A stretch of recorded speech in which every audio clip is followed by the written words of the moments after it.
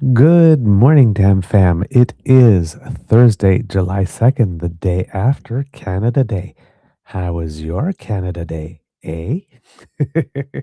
I hope you had a wonderful time, that it was filled with love and laughter and a whole bunch of good things that make the day special. And I want to know from you in the chat how it went. So please let us know that during the show. So we're going to look at some Canada Day stuff. And we didn't actually get to talk about 24 Sussex yesterday. So we'll touch on that today. And of course, look at some more Canadians who make us proud via the Order of Canada. So grab your favorite bevy and make yourself comfy because here we go.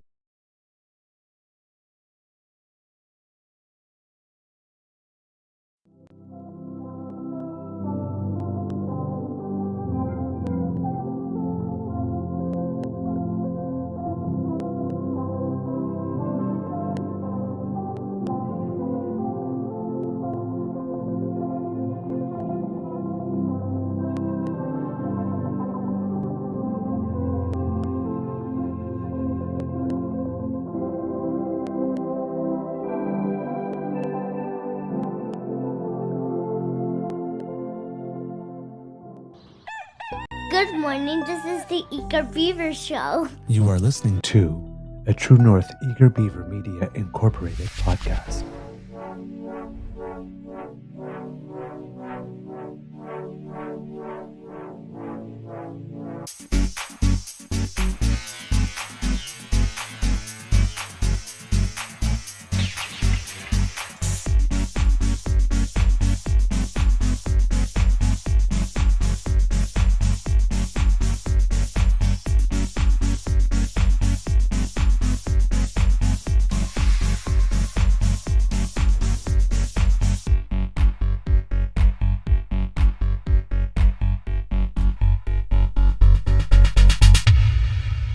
The True North Eager Beaver podcasts are proudly brought to you by our founding sponsors, the Miss V Mysteries from Corvid Moon Publishing, your source for science fiction, fantasy, and cozy mysteries featuring a broad diversity of characters.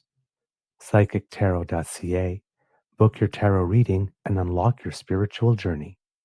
And the Pepper Master, hot pepper sauces made from farm fresh ingredients to thrill your taste buds and expand your mind.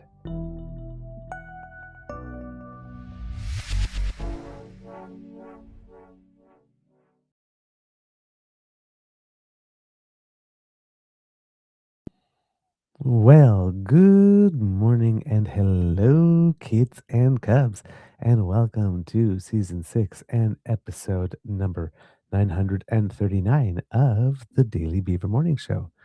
Oh, Canada, always 100% Canadian, and of course, always beaverific.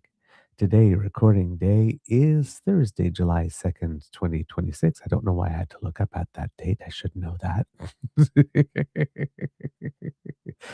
Just given what yesterday was, right? But yeah, I still needed to look up Thursday, July 2nd, 2026. And as you can tell by the sunlight on my face, it is a beautiful, well, beautiful. Uh, it is a very sun intense day here at the Beaver Lodge, just like it was yesterday.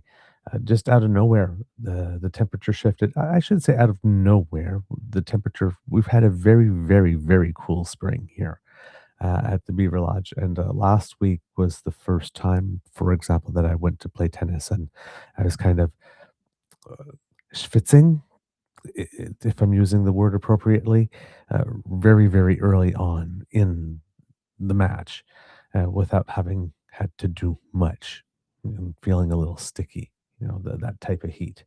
Um, but it went for like 1 or 2 days of that to, um, well, in Ottawa yesterday, it feels like 46, 30 something, but feels like 46.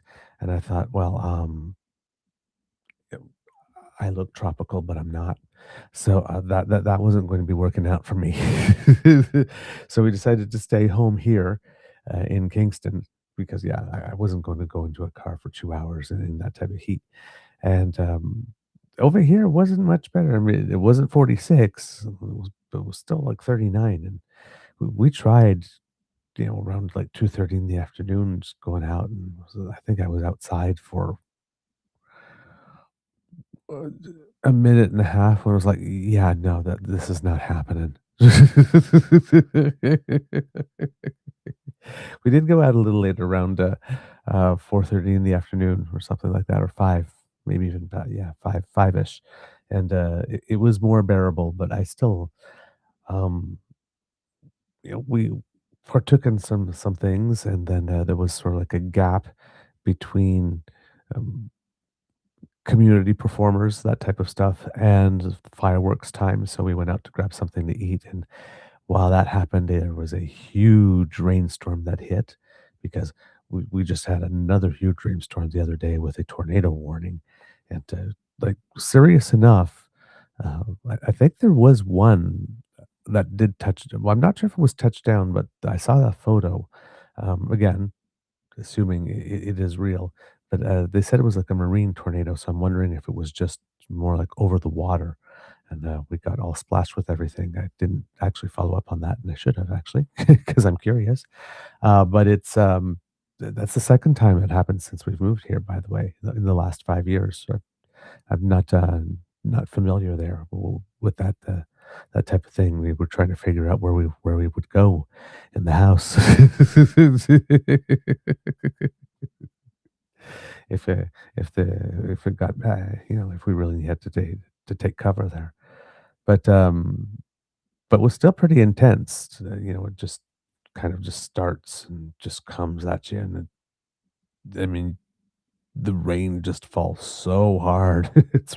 It's a pretty it's impressive, I'll tell you. And then it's like it just passes over, and we're like watching, on the Weather Channel with the radar maps to see like when the system is moving, and when we expect the system to move through. But we shut down our power just in case.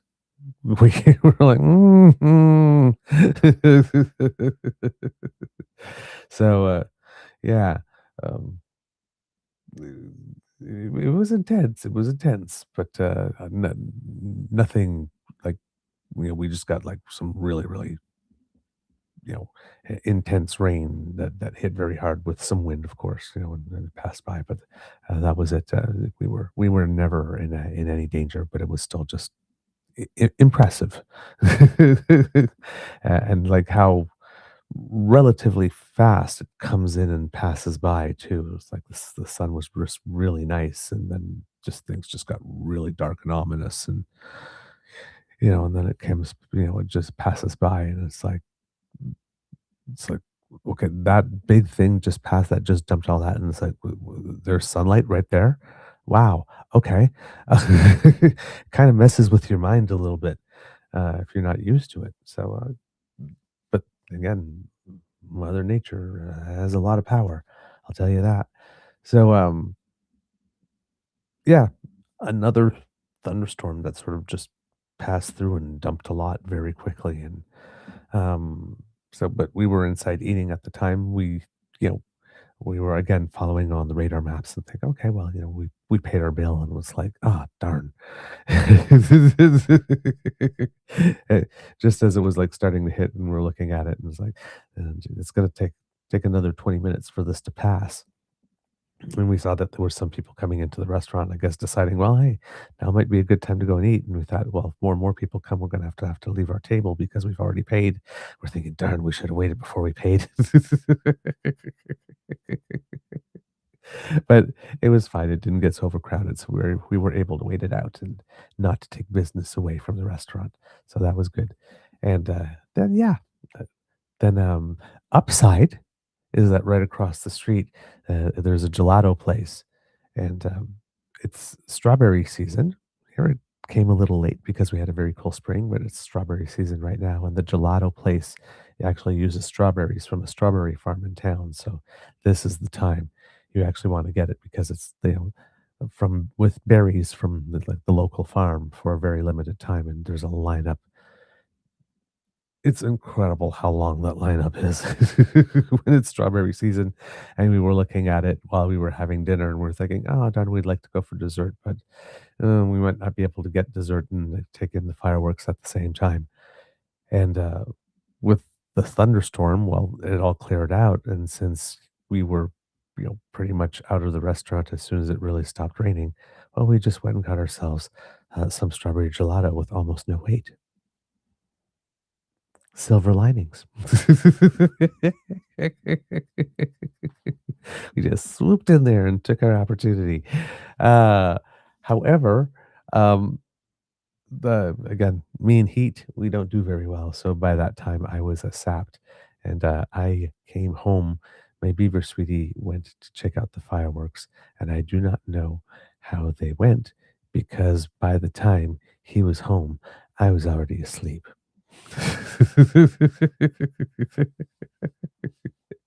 I was we were at the restaurant and I felt myself, just fading. I'm thinking like I really need to go home. And you can push through and you get your second wind, but I didn't want to get a second wind past 10 something at night, right?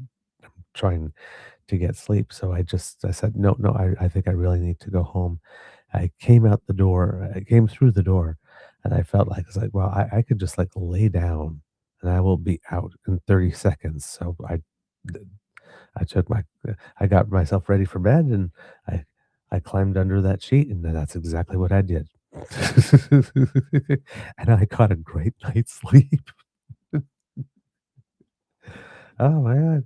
Best night of sleep I've had in a while. So, how's your mental health today? I am doing really, really, really, really great. I'm feeling wonderful today. I'm sad I missed the fireworks.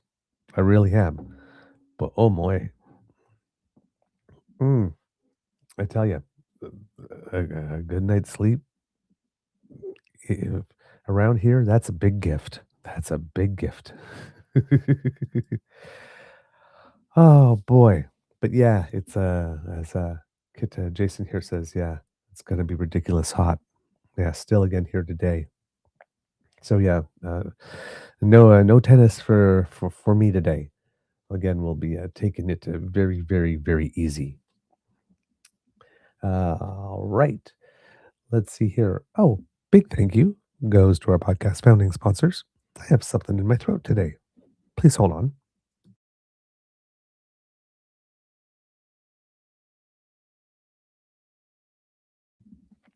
There we go. Hopefully that's better. Thank you for that.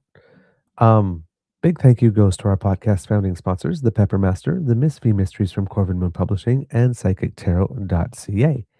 Um, I know I already asked, but let's do it again because otherwise I'll just throw myself.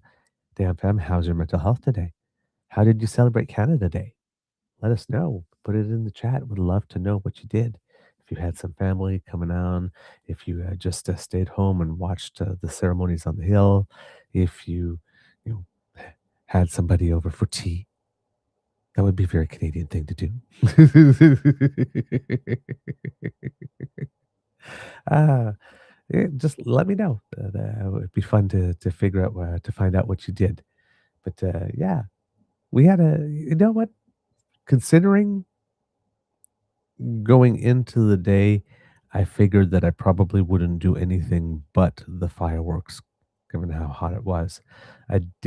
Was able to be out that day, and for a decent amount of time before well, it wasn't even the heat that ultimately got to me at that point. It was just that the the day's portions of events had ended, and there was like a little gap before the evening portion would start, and that was a perfect time to go grab dinner. So, in that sense, I got to enjoy much more of the day than I thought I was going to otherwise. And, not just when it's dark out, right? When you can see everybody dressed in the red and white and all of that kind of stuff, and just smiling and having fun and talking to each other and all that kind of stuff. So, all the things that make the day great. So, that I got to indulge in that when I didn't think I was going to at all actually made the day pretty good because, you know, when it's something you love and you think you're not going to be able to participate this year, like last year when I broke my foot, right? 'Cause then, we find a way. It's almost more special than, if everything just goes according to plan. So, both last year and this year, thanks, to um, a little insistence from my beaver sweetie, but also um, some willingness to not be a stick in the mud.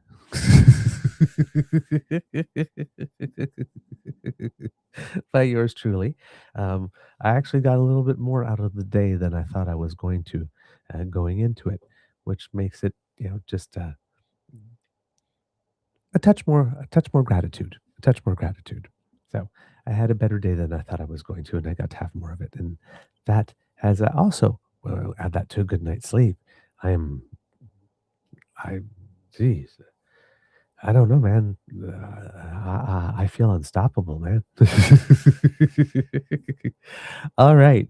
Let's look at some stuff that happened yesterday. For those of you who took the time to watch it, this will be a little bit of a repeat, but there was CBC did a really cool thing this year that I think is a little different than they did in previous years, but on their YouTube channel, there always was a long, live stream of Canada Day.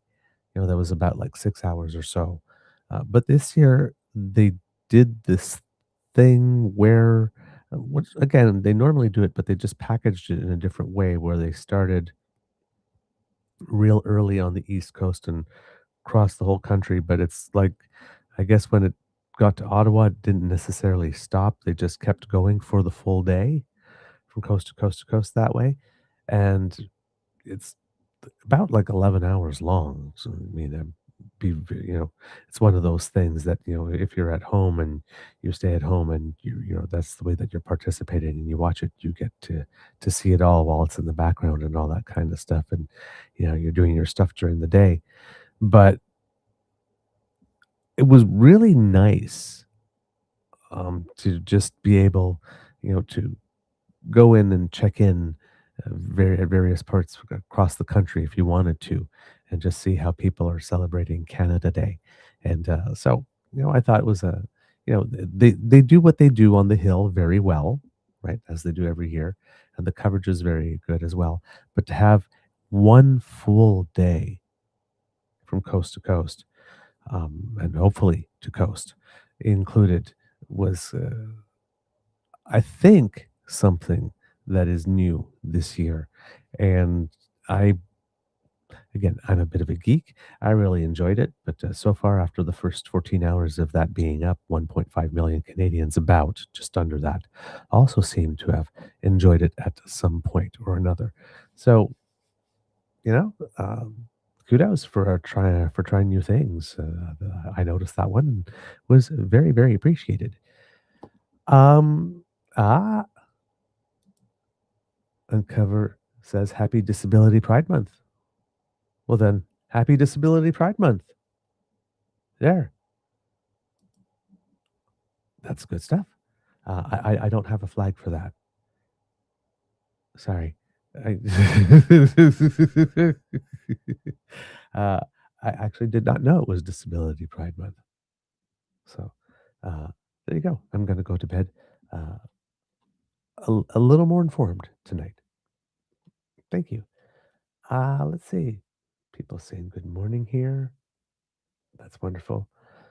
And yeah, Nona Carol, those storms were crazy how they rolled in, had to rush kids out of the pool.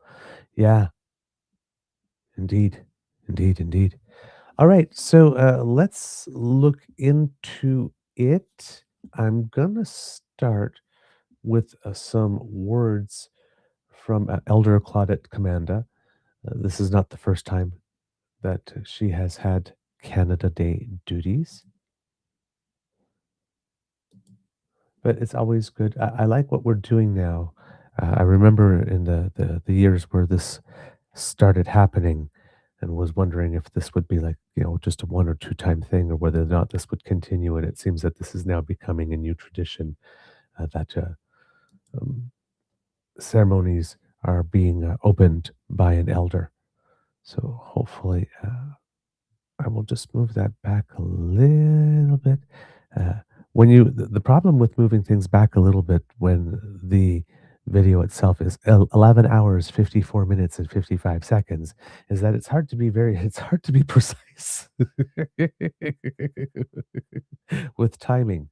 Uh, Also, since we were talking about um, the month, Disability Pride Month, uh, it was interesting to note that, again, just happened to be on this frame when I stopped it, but watched the official event with ASL interpretation on CBC Gem, and they had QSL interpretation.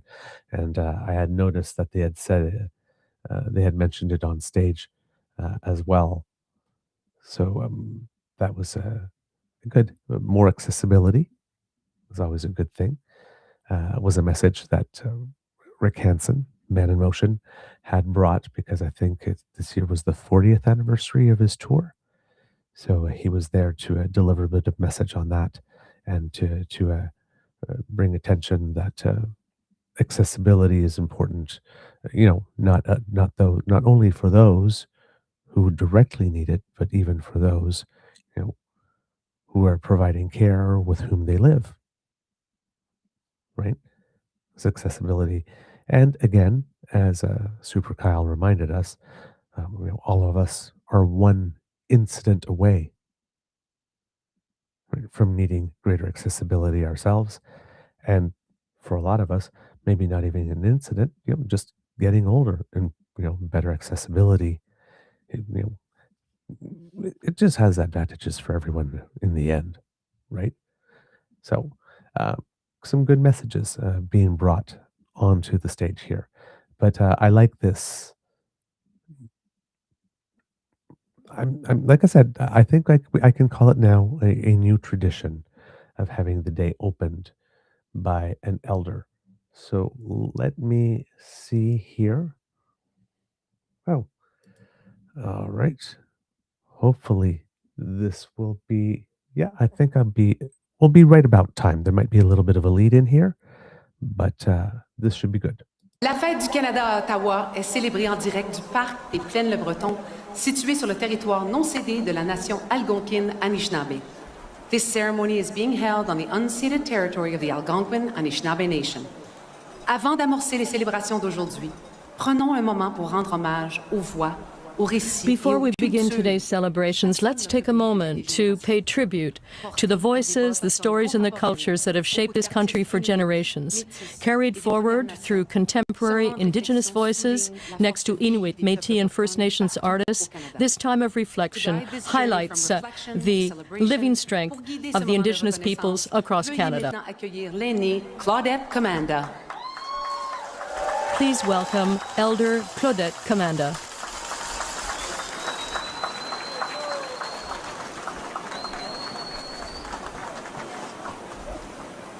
Kwe kakina. Bonjour, Canada. Hello, Canada. I greet you with a heart of respect, love, and friendship from the nation's capital, the time immemorial homeland of the Algonquin people and our ancestors. Welcome, bienvenue, miigwech kibija goma nongum. On Canada Day and every day, I acknowledge the homelands and the ancestors of First Nations, Inuit, and Métis people. I thank First Nations, Inuit, and Métis people for sharing their homelands, history, culture, and kindness with all Canadians. Nous sommes ensemble pour célébrer la fête du Canada. We are together to celebrate Canada Day. This is a beautiful day to celebrate the beauty of our people, the beauty of our country, the beauty of our children, and the great cultures that thrive in Canada. Who we are. Let us celebrate by showing kindness and love to one another as friends, as community, as a country. Canada is the heart, and the soul are the people. My friends, we gather today from coast to coast to coast, community to community, people to people, together under the heartbeat of Canada, of Mother Earth, and of the Creator. Together as one, in the spirit of strength, gratitude, friendship, let us celebrate the richness of First Peoples cultures and languages. Celebrate the soul of Canadian stories. Celebrate the strength of the land and the waters. Celebrate the visions of our children. And celebrate the joys of O Canada. Nous sommes au Canada. Nous sommes l'amour. We are, O Canada. We are the love, the heart, and the soul. We are the country. Canada is a country of many cultures, of many colors, yet there is only one color that is the greatest and the most vibrant, and that is the color of the heart, love. To love is to cherish one another, to pray together, to sing together, to work together, to grow together as a country of learning, of healing, and of peace. From our homes, our backyards, our cities, our communities, our nation's capital, Ottawa, let us tell and show one another and the world, oh Canada, nous sommes la cœur, we are the soul, Zagiye Dewin Kinawin, we are the love. Family, friends, and visitors, let us celebrate Canada. Let us celebrate. My prayer for unity is in a celebration of spirit for our country. My friends, brothers and sisters, let us celebrate this beautiful country. Let us celebrate Canada today and every day. I love you all. Kichimigwej. Enjoy. Thank you. Miigwej.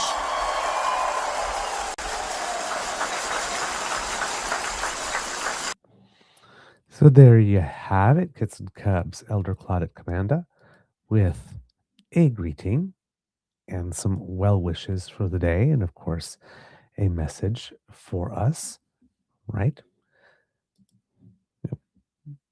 There's lots to be grateful for. And I did something a little weird to myself. Don't know exactly what it was, but hopefully I can get it back. There we go. I made my Canada Day feed just disappear for some reason. I think I got a little either too double clicky and I gave two commands at once or something of the sort. Okay, oh, page unresponsive. Well, that's not good. All right, well, let's try that again. I'm so sorry, kits and cubs. That was a little unexpected, but we'll get ourselves back on track.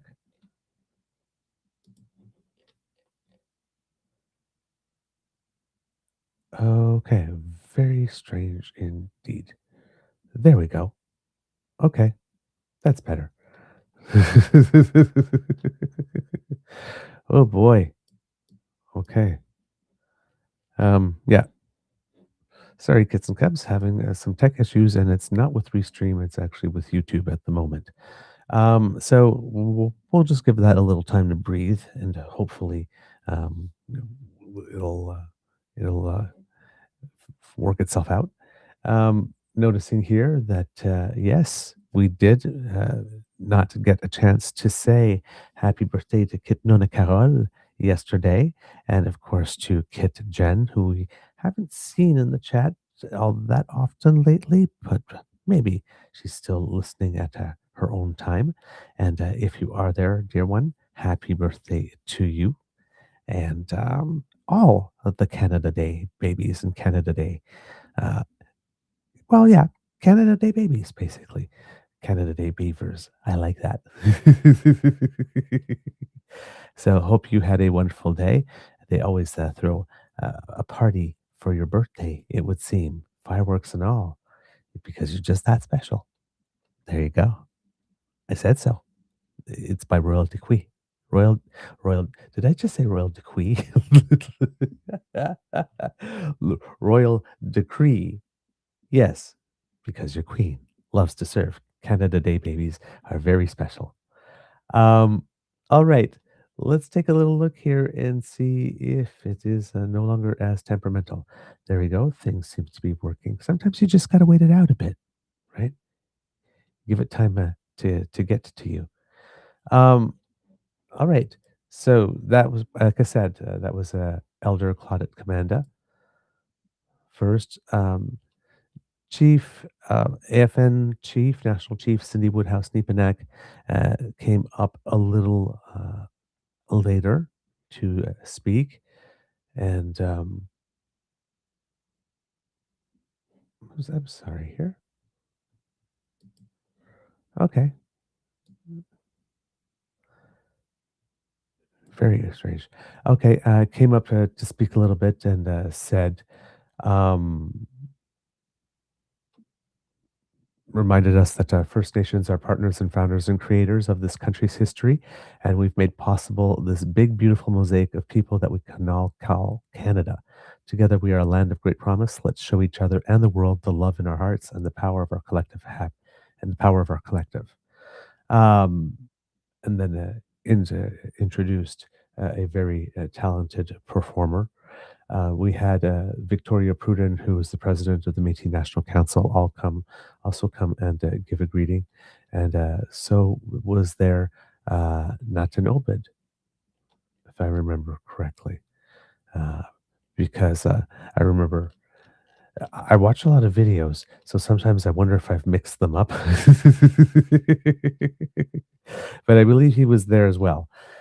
So not only did we have Elder Claudette Commanda, we had Nathan Obed, right, from representing the Inuit. We had Chief Sidney Woodhouse Nepanak representing the First Nations, and we had Victoria Pruden from the Métis National Council representing the Métis. So the three groups as well. So again, if we're talking about this reconciliation, right, that everybody gets to bring a greeting, I think that's pretty darn cool, the way that that happens. So I thought that, I don't know, I, it's, it's a new way of doing things that every year I appreciate more and more. Um, it's all, if it would have been that way from the start,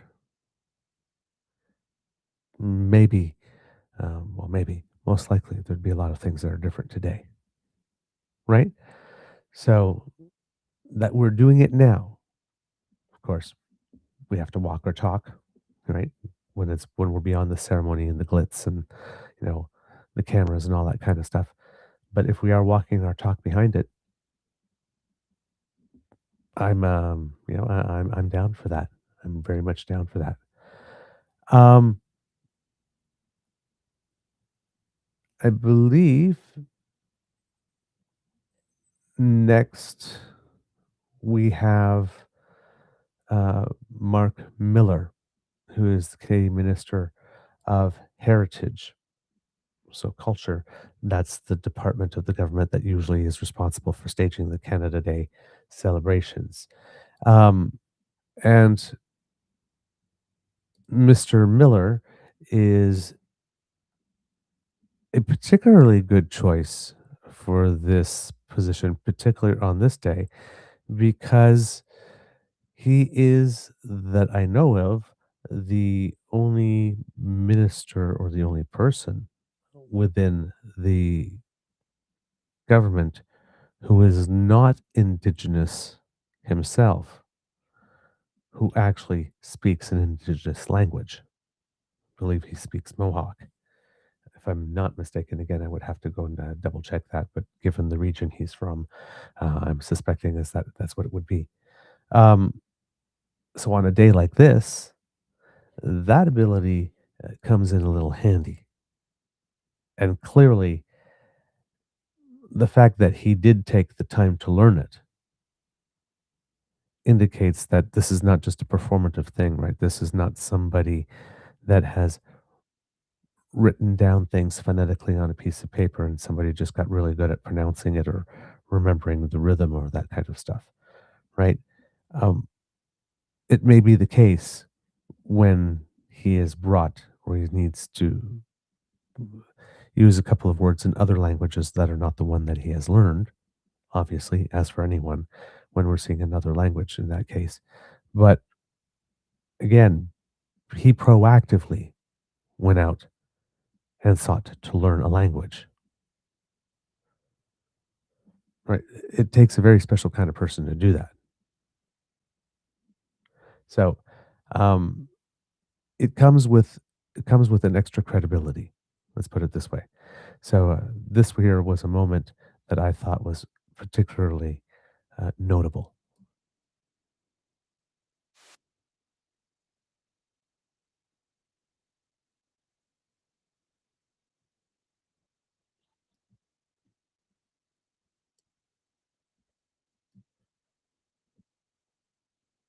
Culture, and the minister responsible for official languages, the Honorable Mark Miller.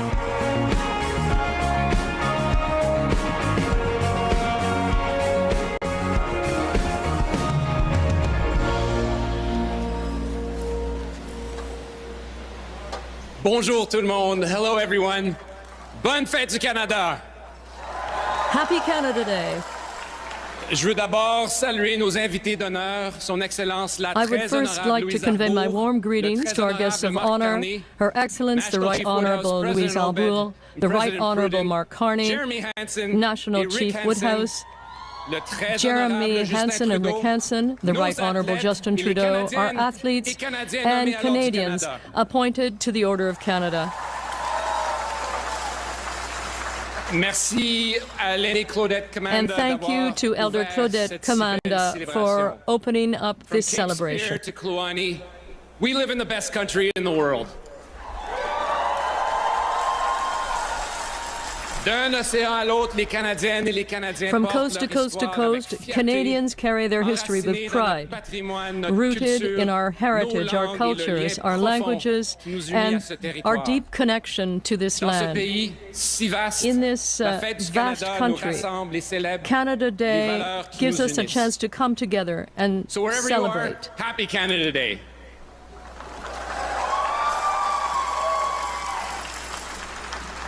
Nogo mekijigik nogosh kodananom pishok Ottawa River. Minigik wasik eija kendaguk midi wedi sibi kagi abadik kija nandanogosh kodadiach. Shiniwa ne Canada ezo teotere serahne ne onkwe homwe sihati ni gunrare ne ohunsa. Anush kai celebritiek da la campagne kaka celebritiak le monde. Nimiawatinan, Nehia Witwawina, Nimiawatinan, Isquewina, Aginap Temug, Untagyudi, Kip Mitigen, Kwe Pokwendamun, Anuk Canada Kititioko, Akitamistosip, Istakani Piotsiok,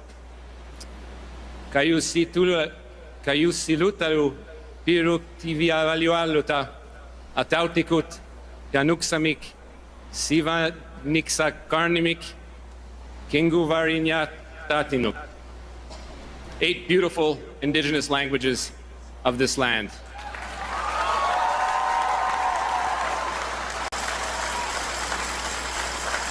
Notre détermination fait partie de l'histoire du Canada. Our determination is part of the history of Canada. More than 400 years ago, Samuel de Champlain founded Quebec, braving winter after winter.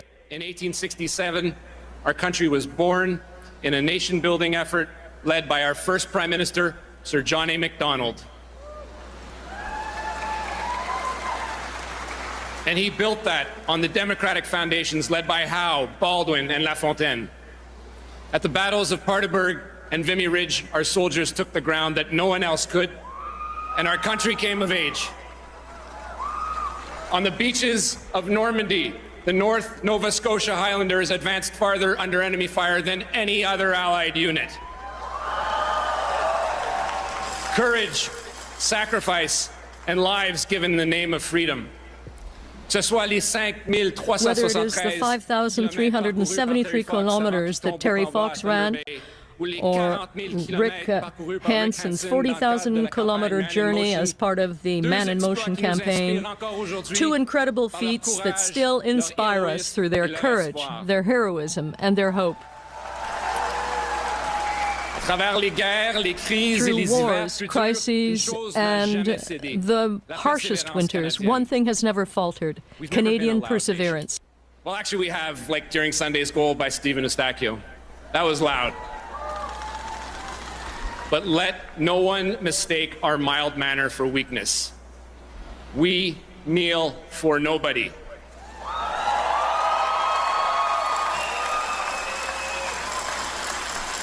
And in the face of pressures, we do not stand smaller, we stand more united, more determined, more Canadian than ever. And this year gave us so many reasons to be proud. From Milan, Cortina to the moon, we carried our flag higher than ever, proving what we can accomplish when we dream big. To all the kids out there, to quote one of my favorite Canadian shows that's making a big comeback, there's a world that's waiting to unfold, a brand new tale that no one's ever told.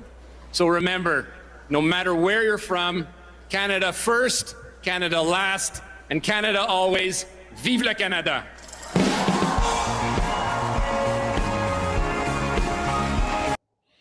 So there you have it, Kits and Cubs. Yeah, Kit Linda, that was pretty awesome. Right?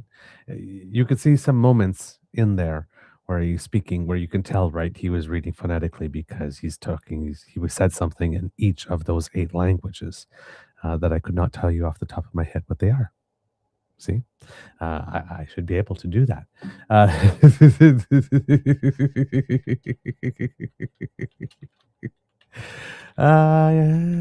Yeah, all the things you realize that you should know.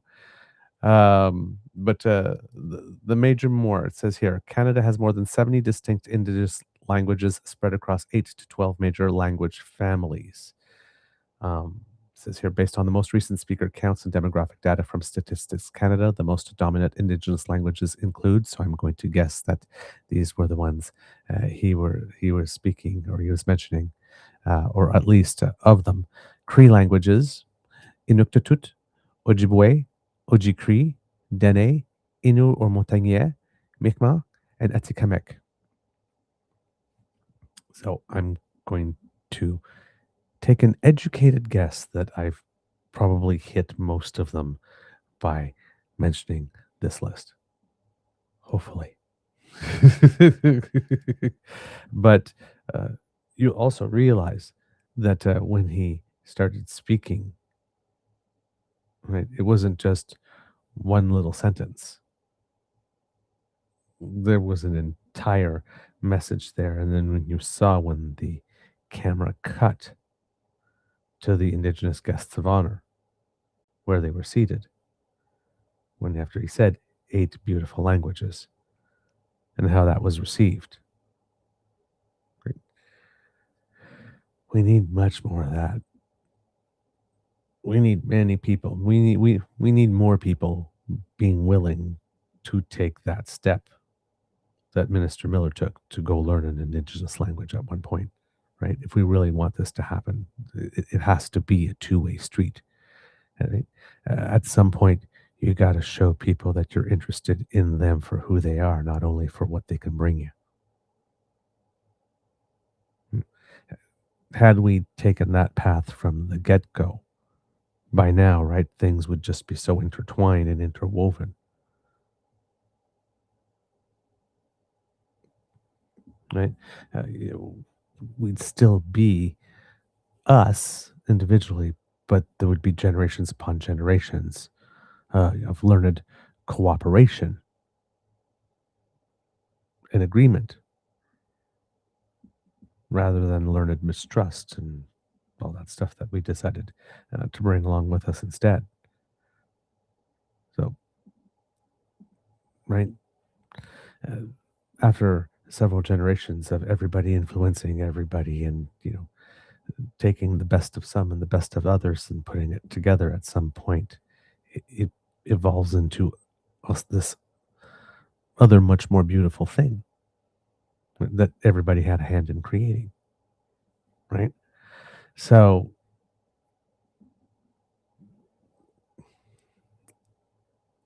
it is, if we're being blunt and really honest, it is going to take more people being inspired by a moment like this and thinking, you know what, that's maybe something I should do as well if we're really going to get there. But the fact that we happen to have somebody there at this time who actually is able to do that is just mind blowing. It's just mind blowing. And as someone who considers himself a francophone, right, it's not that far of a stretch for me to understand that. I live in Ontario, right? There is, in terms of numbers, a very healthy francophone population. And recently there was an Ontario election where none of the party leaders were able to be there for the French debate. They had to send a representative. So for there to be a French debate of some kind for us, none of us got to hear directly from the party leader. Well, not saying it necessarily needs to be a requirement of the job, but a message is differently received when it is delivered in the language which you speak, right? Um, and in the case of indigenous languages, given how few speakers there are, when someone from our side, if you want to put it that way, makes the effort to go over to the other side and learn a language, that also sends a message, right? That there's an appreciation not only for the opportunity to work more collaboratively, but for the culture and the people specifically. And it's real because it requires an investment, one heck of an investment to learn a new language, particularly one, again, only they speak it, right?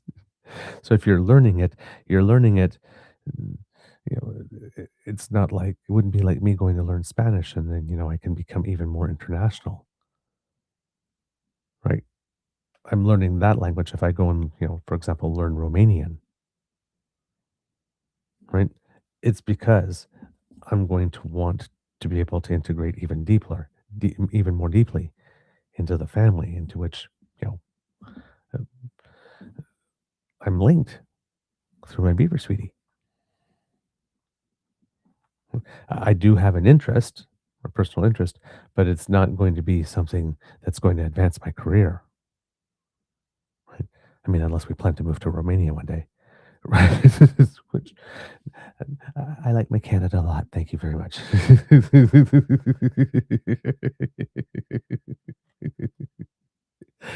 So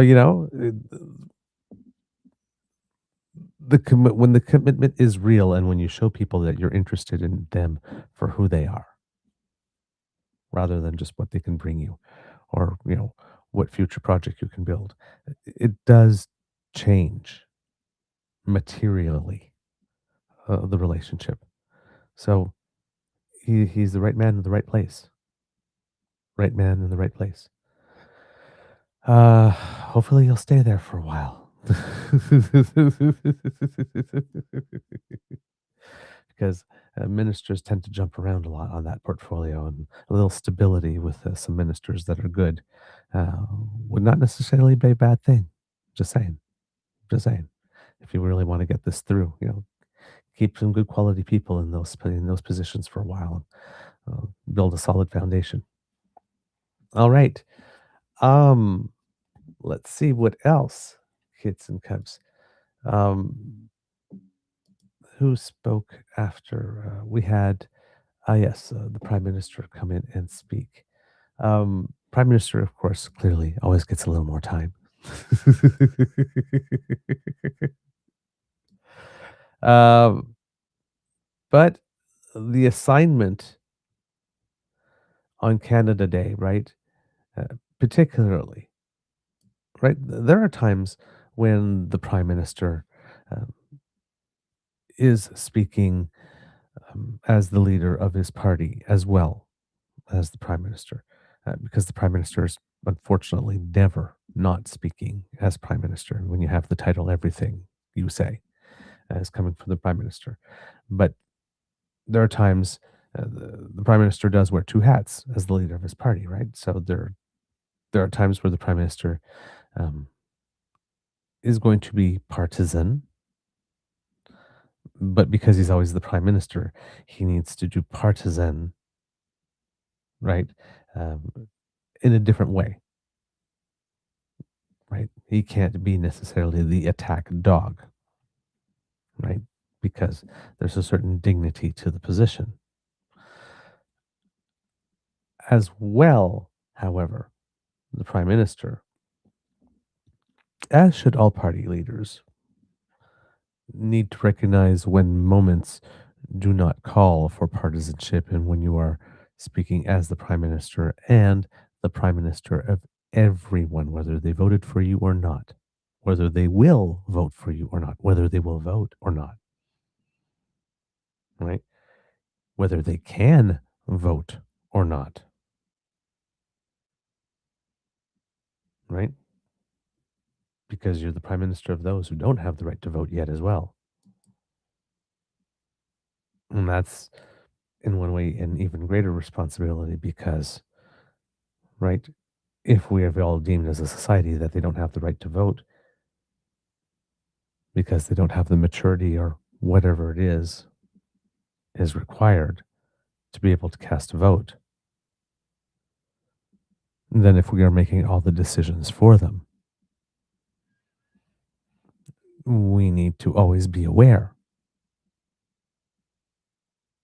of our special responsibility of taking care of those who actually don't have a voice formally, right? So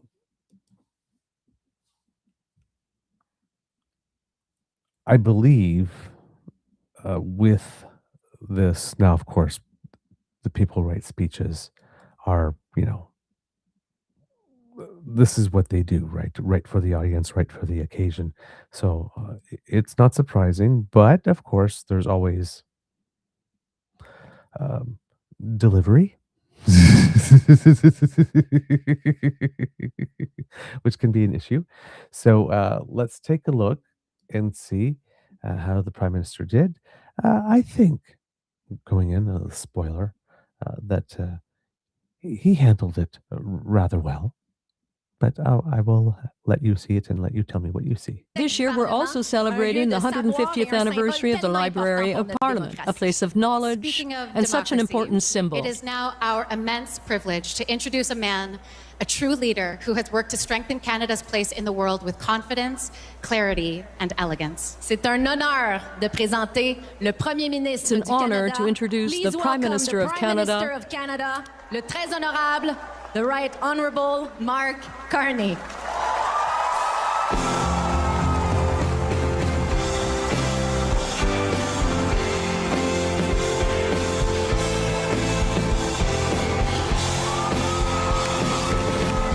Alors, thank you, Melissa. Merci, Julie. Bonjour, Thank tout you, le Julie. monde. Hello, Joyeux everyone. fête du Canada. Happy Canada Day. Happy Canada Day. Son Excellence, Your Excellency, the Right Honorable Louise Arbour, National Chief Sidney Woodhouse, President Obed, President Pruden, the Right Honorable Justin Trudeau. Justin, merci d'être venu. Merci pour tout que tu as fait pour notre pays. Merci. Thank you for everything you fellow did for our Canadians. country, Justin. What a view from up here. I am looking out I'm looking out at a diverse, happy crowd of fellow Canadians, and I tell you, this fills me with immense pride. You get real perspective of our great country from up here. But I'm up here as a warm-up act, because you're going to hear in a moment from someone who has had a truly unique perspective from a far higher height. Yep. Colonel Jeremy Hansen.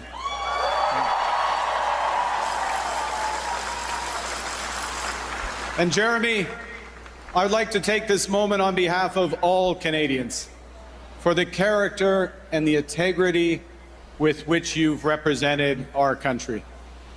For showing the world who we are as Canadians, and for showing us what we can be.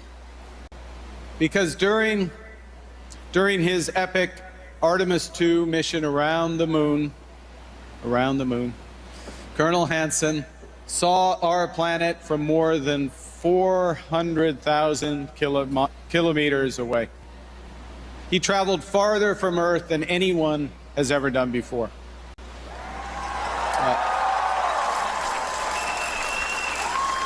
It's the equivalent of driving from St. John's to Victoria 50 times, the ultimate Canadian road trip.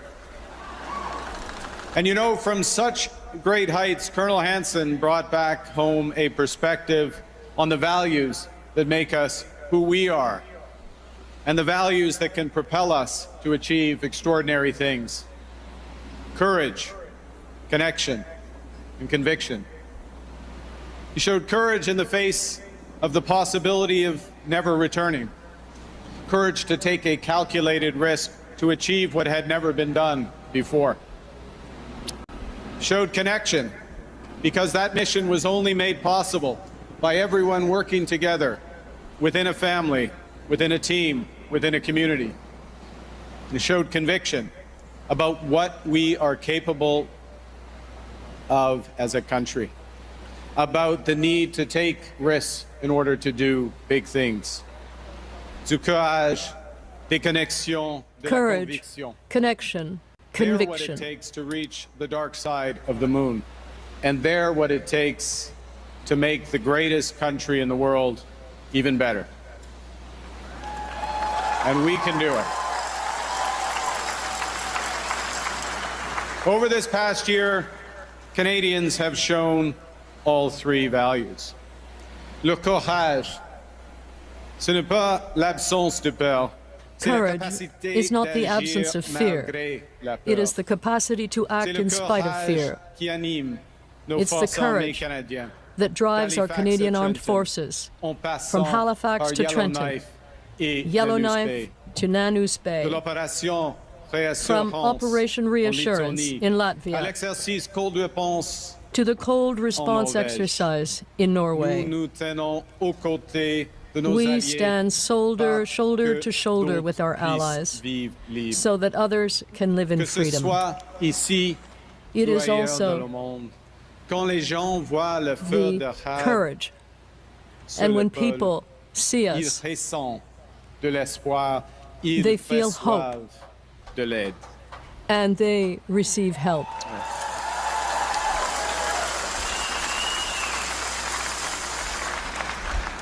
Mes chers amis, c'est le courage de nos policiers. Dear friends, it's the courage of our police officers who protect us. Cette année, 5 agents Just this ont donné year, leur vie 5 pour police l'exercice de leur officers fonction. gave their lives in the line of Mohamed duty. Lamine Ben Redouane, Mohamed Labine, Pinizotto, Mark Terhun Pilizotto, Bali, Anis Fortin-Cousin, Tarun Bali, Brandon. Anis Malcolm. Fortin-Cousins, and Brandon Nous Malcolm. pleurons leur départ. Nous We leur mourn them, rendons hommage. and we pay Et tribute to nous them. sommes solidaires de leur And famille, we de stand in leurs solidarity amis with et de their leurs families, their Merci. friends, and their colleagues. Thank you.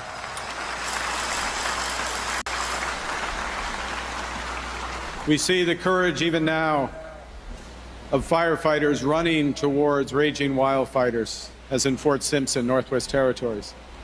And we see the courage of Canadians, what you have shown in the face of a more dangerous and divided world. Never flinching, always standing together, working together resolutely to build our future. Because in a crisis, fortune favors the bold. Now, if courage is how we must face the world, connection is how we accomplish what can seem impossible. Jeremy Hansen, he's coming, just not yet. Jeremy Hansen has observed that while individuals can feel powerless in the face of global challenges, humanity's true strength lies in our ability to collaborate. That's how the Artemis team accomplished what had never been done before. That's what a united Canada makes possible. Nous sommes un pays d'une extraordinaire diversité. We are a country of extraordinary diversity, a people of many backgrounds, languages, and ways of seeing the world. The foundational concept of Canada is simple. Unity does not mean or require uniformity. Our nation was forged through accommodation, not assimilation, and through partnership, not domination. It is neither a myth nor a miracle. Rather, it is a series of choices, imperfect though they may be, made generation after generation. And these choices matter more than ever in a world which too often divides us. In a world where traditional alliances are crumbling, Canada has chosen to reach out and build new partnerships. We offer partnership in a divided world, partnership in security, partnership in trade, partnership in culture. Canada is already the third largest exporter of music on the planet. And you can see from what we've already heard this morning, we're about to get bigger. And there's another reason we're about to get bigger, because I'm pleased to announce that Canada will be joining the next Eurovision Song Competition. Yes! Finally, enfin! They don't know what's coming.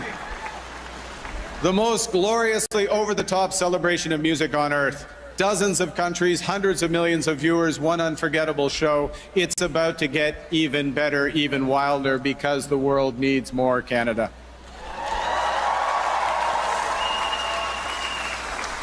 And you will decide, and it's going to be a tough choice, you will decide which Canadian artist first steps onto that Eurovision stage beneath our flag. Alors, et nous avons aussi décidé d'emmener le monde au Canada. And we also decided to bring the world to Canada to celebrate the vitality, the richness and resilience of the French language in this country and around the world. Yes, yes, Canada will host the Sommet de la Francophonie in 2028, right here in the National Capital Region. Que la fête commence. May the fun begin. Et si le courage est la manière And dont nous if faisons courage face is au the way monde, we et face si the la world, connexion est ce and if qui connection nous permet is what d'atteindre enables de us nouveaux sommets, to la reach new conviction, heights, la certitude conviction, que le mieux the est toujours certainty possible, that better is et always ce possible, qui nous fait is what avancer. propels us Il forward. y a 159 ans, le Canada 159 years ago, Canada was born. It wasn't perfect, but it offered a foundation, a starting point, born on a profound conviction that we can always be better. Every generation of Canadians inherits something that was built by the generations before. A railway, a seaway, a charter of rights, a path towards reconciliation. a country that's more prosperous, more just, more inclusive than the one they inherited from their parents. None of us builds on empty ground. We build on those platforms raised by those who came before us. And our job, our duty even, is to raise it higher still for those who come after. C'est cela. Bâtir véritablement un And that pays. is what truly building a country is all about. Never thinking that the work is done, because a country is always evolving. It's about seeking to make it better. And that is the choice that every generation is confronted with. And it's the choice offered to us today. That's why I am so proud to see so many Canadians continuing the work of those who came before them, to act on their convictions and build Canada strong. Sustainably. From the Iqaluit, Newquay, Suits, Hydro, in Nunavut, to the West Offshore Energy in Nova Scotia. Building in partnership with Indigenous peoples, such as the Nisga'a Nations, Ksi Lisims LNG in BC, and the Darlington New Nuclear in Ontario, which just 2 weeks ago saw the largest Indigenous investment in Canadian history.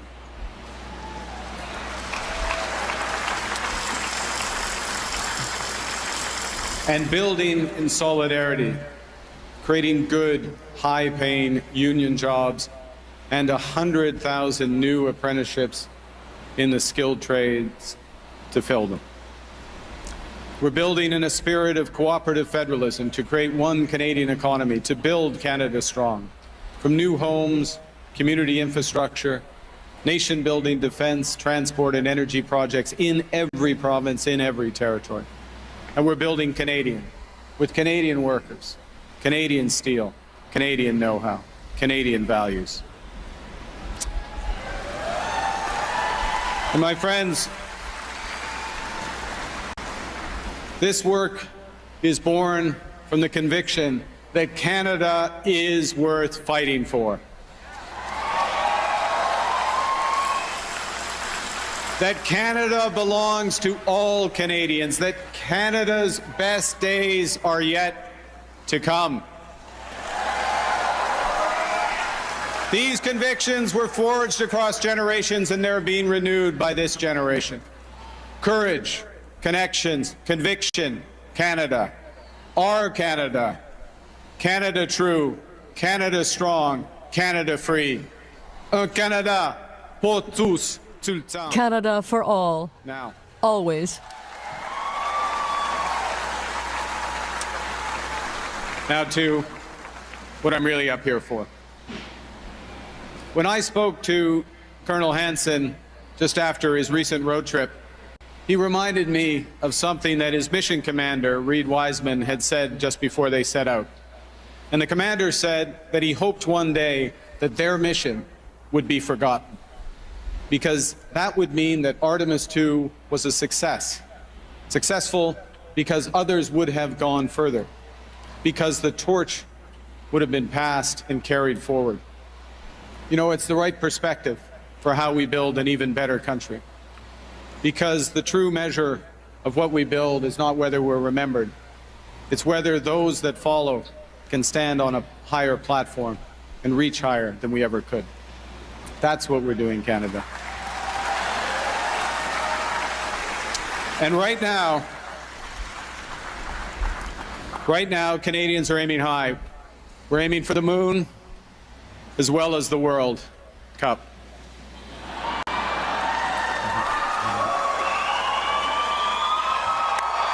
That's right.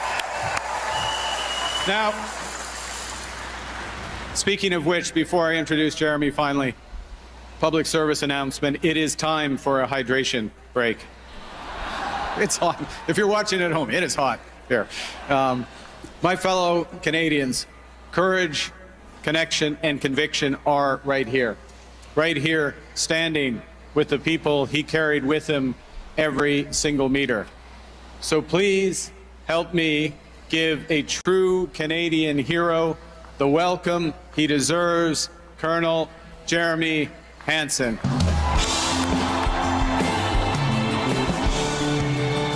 All right, kids and cubs. So, like I said, Prime Minister gets a little extra time. But again, right, um, there's a portion of that clearly was reporting back to Canadians on certain accomplishments of the government that some people could see as a little bit more partisan part of the speech, but there is a duty to report back. And yes, he did have that big press conference, that was indicating that. And there was also the forward guidance video that we showed a little bit yesterday that all went into that. So that's a portion that if somebody said that was partisan, one could make a case for it, but one could also make a case for it on the other side, saying that's simply his duty to report back. And, Canada Day, why would you not give a little bit of a report back when particularly people are watching on what it is that you've accomplished so far? Right? Again, it's in how you do it. It doesn't seem that there wasn't too much tooting of horns. So perhaps the more matter of fact that portion is done, the better it is. Let's just put it that way. But then he linked it right back into afterwards, right? More, we're doing this for everyone, for all. So bringing back the unity and the Prime Minister for all message, which is pretty much important and essential in this type of discourse. Um,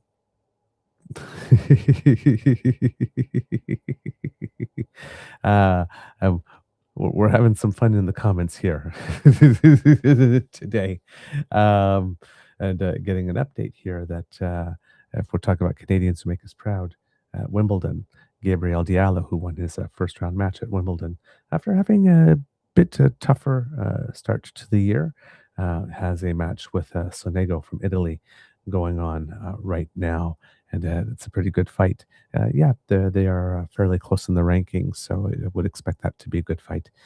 Felix Auger-Aliassime had won his first round match, and last time I checked yesterday, it was up 2-0 in a second round match, but there was an interruption at that time, so I don't know if the match was completed yesterday or not.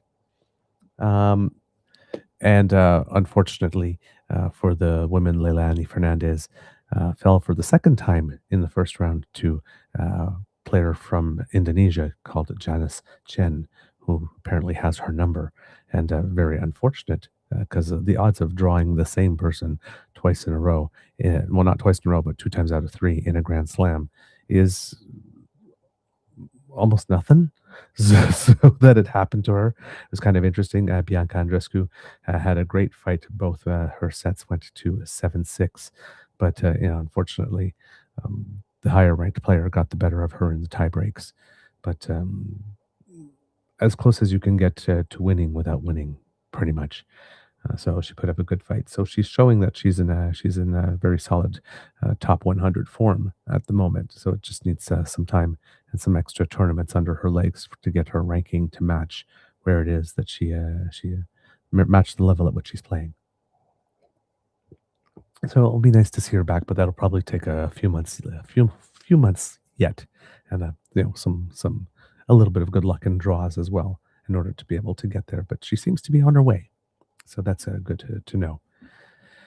All right. Let's see, what else do we have here? Kids and Cubs. Of course, Jeremy Hansen comes up to speak. As much as I like him and as handsome as he is.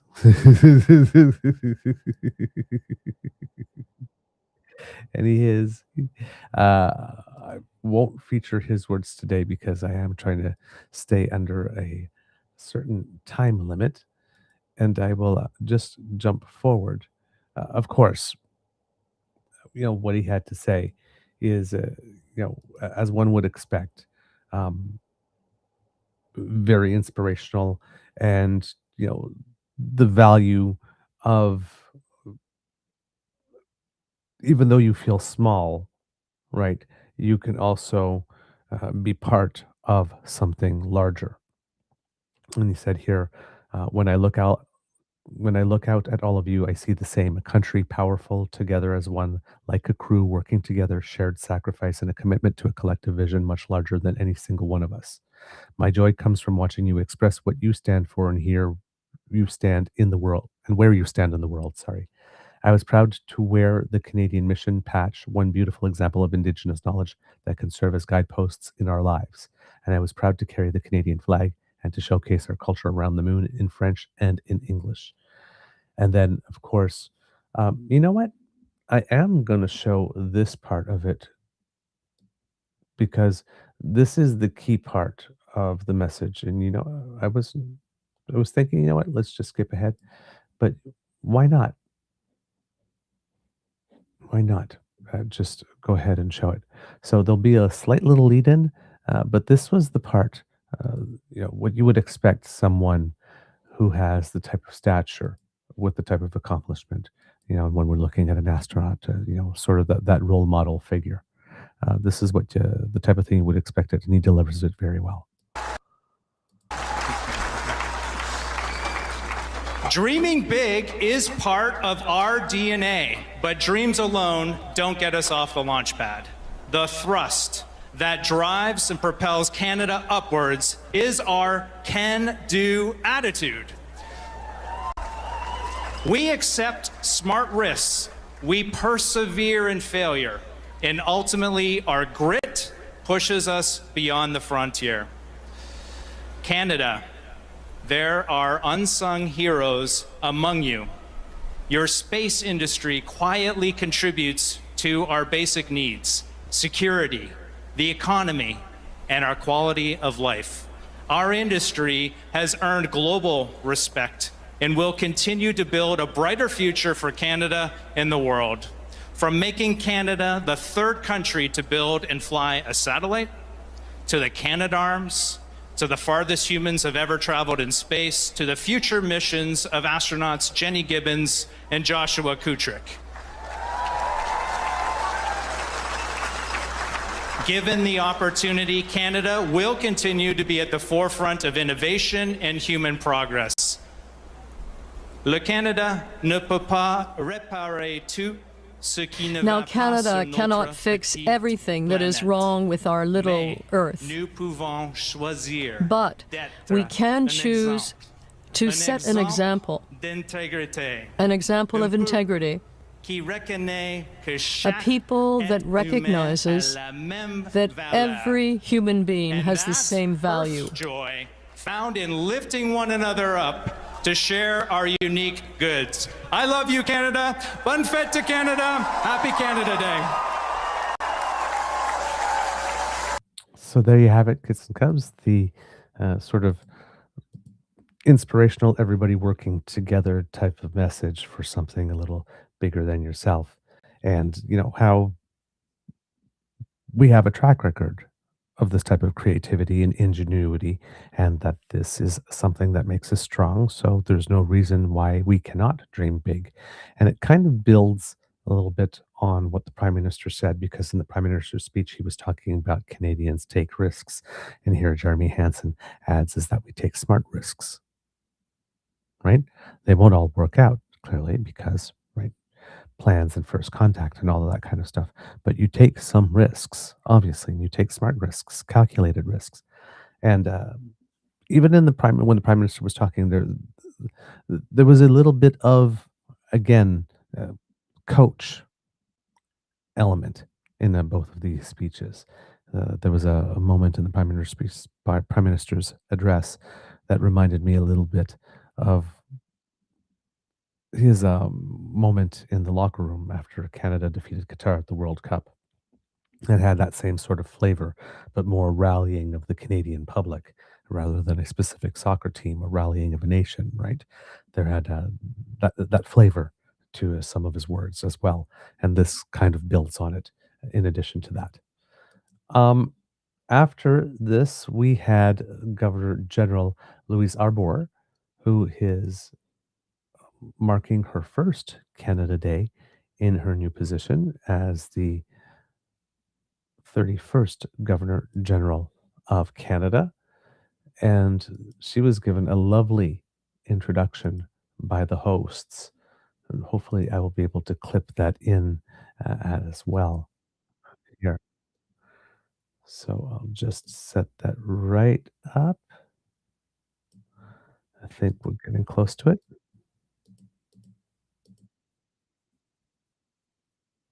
All right. Yep. Think I got it. Okay. Sorry, just like I said, long video, so the numbers are not very precise.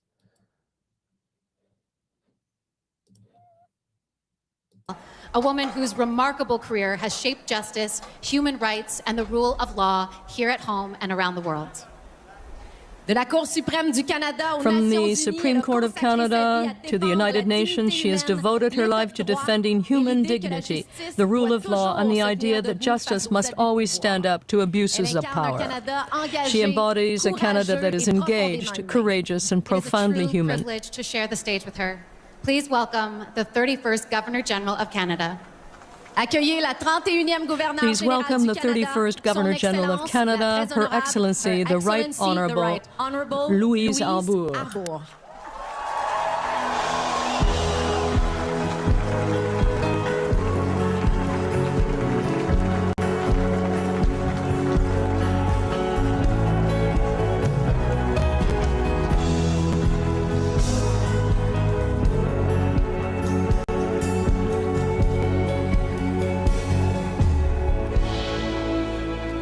Bonjour Canada.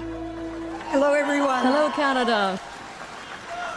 Je célèbre aujourd'hui ma première fête du Canada. Today I'm à titre celebrating de my first gouverneur Canada général, Day and as Governor I General. feel your energy. I share it.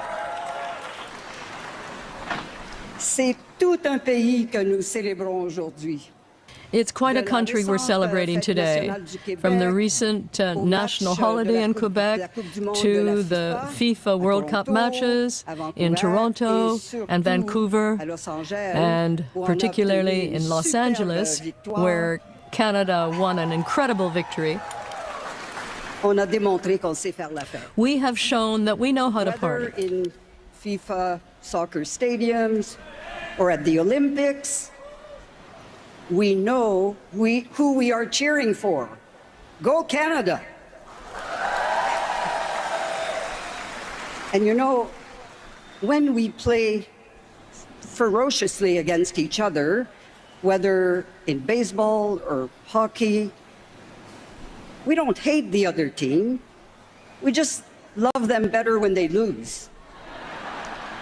This is us. We like to play. And you know what? We always play by the rules. On joue selon les règles du jeu. We play by the Et rules, on adore les sports d'équipe. and we love team sports. On a même démontré, on l'a déjà mentionné, que nos équipes And féminines as it was sont mentioned, parmi we've proven vraiment that our les women's meilleures au monde. teams On en are est among très the fiers. best in the world. On est un pays de saisons. We are a country Les of saisons seasons, de la joie seasons et les of saisons joy, de la tristesse. seasons of sadness. C'est le pays, c'est la saison aujourd'hui, la saison de And graduation. now it's the season la of saison des graduations, mariages, of la weddings, saison des déménagements. of people On moving. célèbre des rites de passage.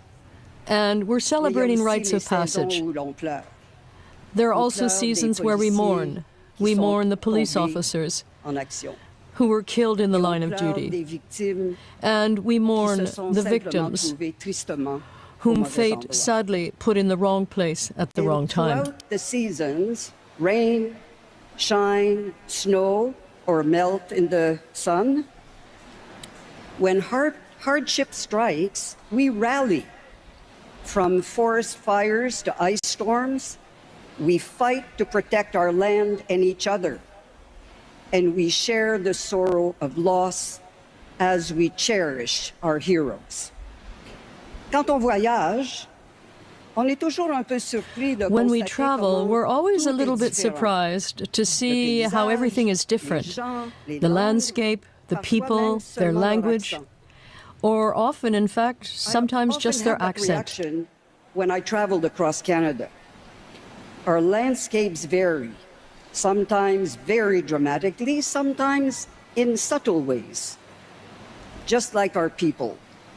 But every time, everywhere I go in Canada, whether in the Rockies or the far north, whether in the chaos of big cities or in small villages close to or far away from the ocean, I keep thinking every time, I can't believe I'm still home. This is our gift. What gift? Our country is our gift. Today,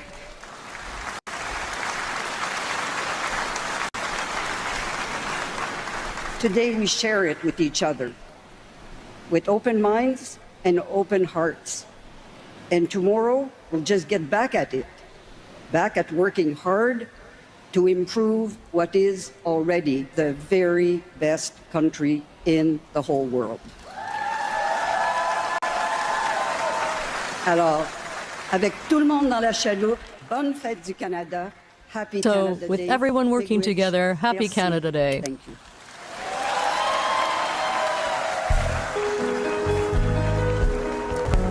The Order of Canada was established. All right. And that was our Governor General, Louise Arbour, delivering some words for Canada Day. Again, her role, particular, even more than the Prime Minister on this particular occasion, is to not be partisan. So speaking to qualities that are the best of us, and that hopefully we show as often as possible. But speaking to those qualities. And yeah, indeed, I love her grandmother vibes, strawberry dress included, right? And, you know, the little bit of sports, you know, we don't hate you. We just love you more when you lose.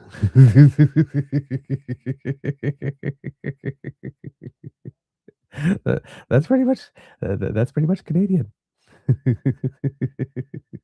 Indeed, very impressive woman. So those were the major addresses and moments from the Canada Day ceremony here. And there's a couple of other things of which to make mention. Of course, the Prime Minister usually always has some recorded words. That is a message to the nation on Canada Day, and that was no exception this time around.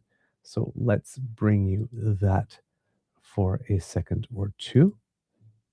Well, actually, it's going to be about 2 minutes and a half rather than a second or two. All right. This should be it right here.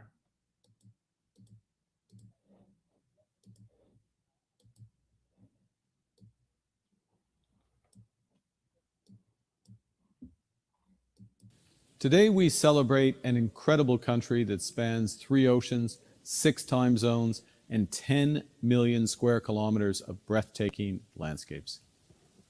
A nation of monumental scale and diversity, built and bound by a great conviction that we are strongest when we're united. A conviction that was declared in 1867 when 4 colonies became one country, betting that together they could build something greater than the sum of their parts. A conviction that was laid down in steel in 1885 when we built a national railway linking east to west.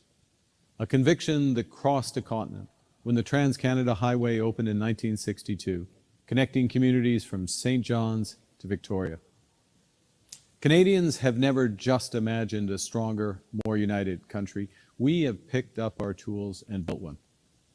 And at this decisive moment, Canadians are once again turning our conviction into action, choosing to build big with Canadian workers, Canadian materials, Canadian values, choosing Canadian produce, rediscovering our country from the Cabot Trail to the Columbia Icefield, from the Bay of Fundy to the Northern Lights.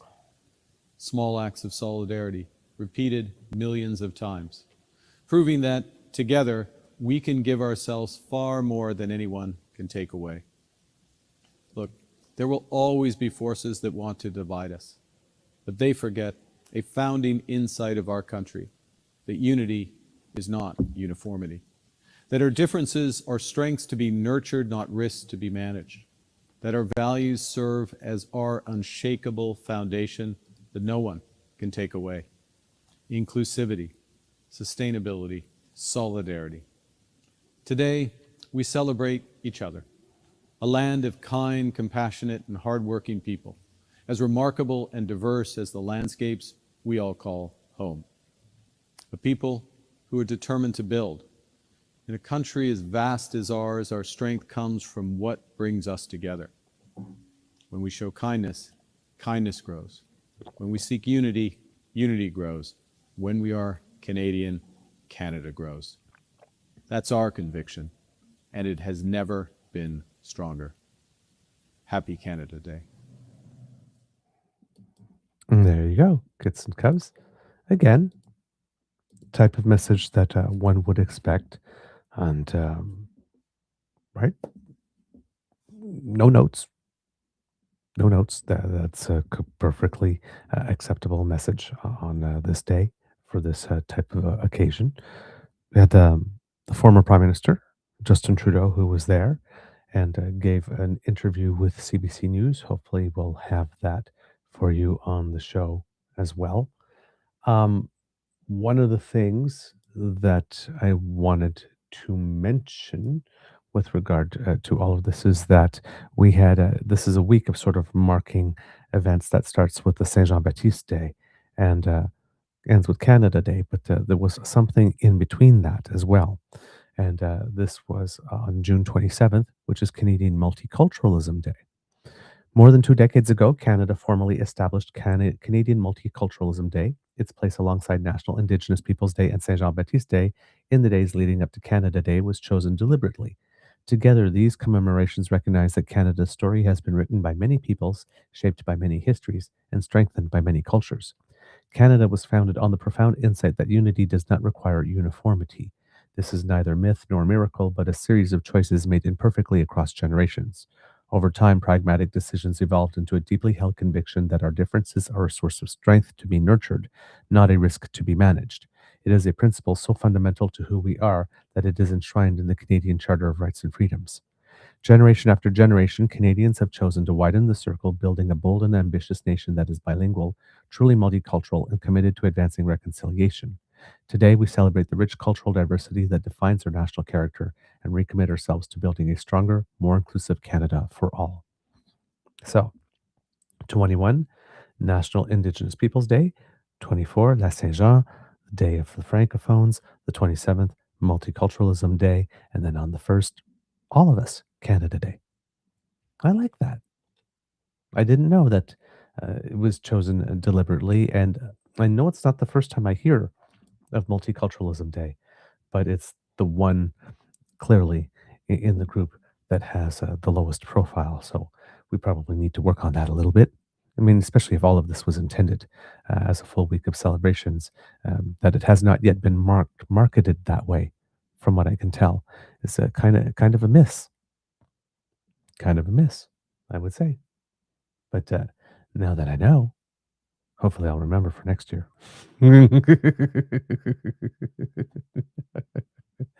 But yeah, obviously this is intentional.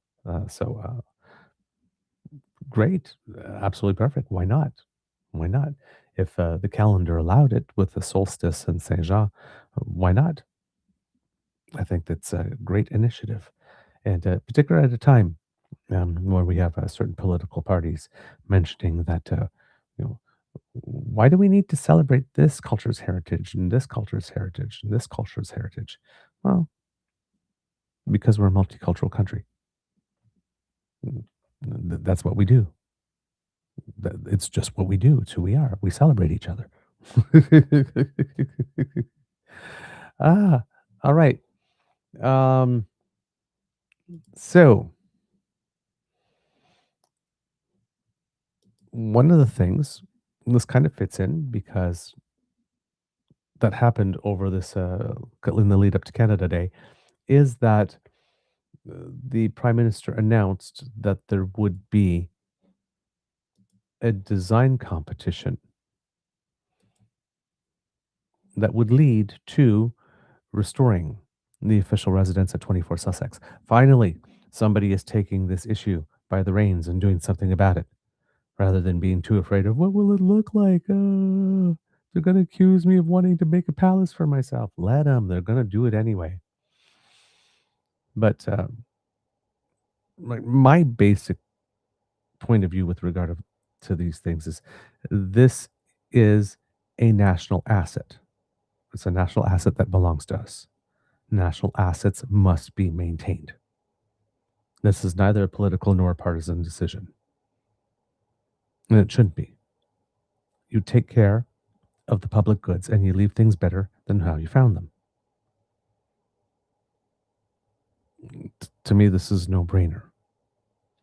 And while there has been a little hemming and hawing, it seems that the Prime Minister has made it such, or has designed this in such a way that is leaving very little opportunity for criticism. Let's just put it that way, based on all the usual things that are said. But here it was announced, for more than 75 years, 24 Sussex Drive has served as the official residence of the Prime Minister of Canada and as a setting for diplomacy, public service, and decisions of national consequence. Pardon me. Today, after decades of deferred maintenance, the property is unoccupied and in critical condition. Canada has a responsibility to restore and protect this national landmark, put it back into service, and ensure it once again reflects our ambition, excellence, and national pride. Today, the Prime Minister Mark Carney announced the launch of an independent national design and build competition to rehabilitate and modernize 24 Sussex Drive. The project will restore the property as a secure, accessible, sustainable, and functional official residence and working venue for Canada's prime ministers while preserving its defining heritage character. The competition will be open to eligible Canadian firms, putting Canadian design excellence at the center of the project. The Royal Architectural Institute of Canada, drawing on its expertise supporting major architectural competitions, will provide advice on the competition framework and convene an independent jury of distinguished Canadian experts in architecture, heritage conservation, and design. Chaired by Moshe Safdie, I'm not sure what the CC next to his name means here. I'm going to guess it's maybe an Order of Canada designation. One of Canada's most renowned architects, the jury will provide key input to assess the proposals and will recommend the winning design to cabinet. The jury's members are Carole Bélanger, Nicolas Demers-Stoddart, Omar Gandhi, Mamie Griffith, Patricia Kell, and Brigitte Shim. And OC, so Order of Canada. Maybe Moshe Safdie, companion of the Order of Canada, CC. And Moshe Safdie, if that name rings a bell to you, it should, because he oversaw the master plan for Expo 67 in Montreal. He established his own firm to realize Habitat 67. And he also, I believe, designed the National Art Gallery. If you remember that, if you've seen that in Ottawa. So, of course, companion of the Order of Canada, gold medal from both the Royal Architectural Institute of Canada and the American Institute of Architects, the National Design Award for Lifetime Achievement by the Cooper Hewitt Smithsonian, and the Wolf Prize in Architecture, awarded for a career motivated by the social concerns of architecture and formal experimentation. So, very renowned person that is going to be, I'm not sure if they're actually heading the jury or they're just the person providing chief guidance here. But it's chairing the jury. Okay, perfect. And basically, a whole bunch of other people that are architects or design experts in the field on that jury, and then bringing in the Royal Architectural Institute of Canada to draw on its expertise to support the competition. So everything that you would expect to be there in a design process in terms, run by experts in the field that design with a jury of experts in the field by that design, and very little political that is in there. That's exactly the way that something like this would be done if you want to not give the Conservatives anything to jump on to claim that something is self-serving. Then Goes on to say this winning proposal will be announced by Canada Day, July 1st, 2027. The selected team will be responsible for both the design and the construction of the project, ensuring that its proposal is ambitious yet achievable and supported by a credible construction plan. To minimize the cost to government, the Rideau Hall Foundation will lead a national nonpartisan fundraising campaign with the goal of raising all or most of the cost of the project. The campaign will give Canadians and philanthropic organizations an opportunity to contribute to the renewal of this important national landmark. Canada's institutions and traditions connect us to our history and help define our national identity. To remain strong and relevant, they must be renewed and adapted by each generation. By drawing on the best Canadian talent and expertise, this independent and cost-effective process will bring 24 Sussex Drive until the 21st century and ensure it remains a source of pride, service, and national significance for generations to come.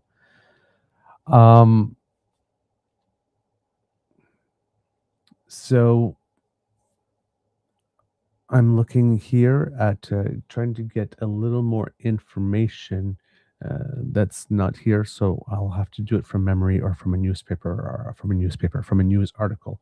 Because with regard to the fundraising campaign, which again is another good element, how do we pay for this? Taxpayers shouldn't be on the hook for this. Well, of course, taxpayers should be on the hook for this because Canada has 6 official residences, 2 of which are made available to the Prime Minister of Canada, which is 24 Sussex, and which has historically served as the Prime Minister's main address, and Harrington Lake, which is the Prime Minister's country residence. Since 2015, the Canadian Prime Minister and their families have lived at Rideau Cottage, a former residence of the Secretary to the Governor General, located on the grounds of Rideau Hall. Built in 1868, 24 Sussex Drive was acquired by the Government of Canada in 1949 and refurbished as the official residence of the Prime Minister in 1950. Prime Minister Louis Saint Laurent became its first prime ministerial residence in 1951. And in 1986, 24 Sussex was designated as a classified federal heritage building because of its direct association with Canadian prime ministers, its status as a nationally known landmark, and its contribution to the character of the surrounding area. And it says here that the residence has not undergone a comprehensive rehabilitation since it was converted into the Prime Minister's official residence more than 75 years ago. So when we're talking about the 6 official residences that we have here in Canada, Rideau Hall, 7 Rideau Gate, Stornoway, Harrington Lake, 24 Sussex Drive, and something called The Farm. Those 6 properties are all public assets. All of them deserve to be maintained and upkept. And again, for the job to be done when it needs to be done and done the right the first time, so it costs us less in the end. Right? But these are all of them shouldn't be political. And anytime that we wanted to do renovations at any of the other ones, it hasn't been political. It's only for some reason 24 Sussex that people seem to lose their mind about. But we have 6 of them. Right? So we really do need to do what we need to do. I hate it when I have a phrase like that. But yeah, we really need to take care of our responsibilities to make sure that we are taking care of public assets. And that's not a political thing. Right? That's just taking care of again, making decisions that are indeed in the public interest here and doing is basically the minimum of the job. So don't let things go to pot.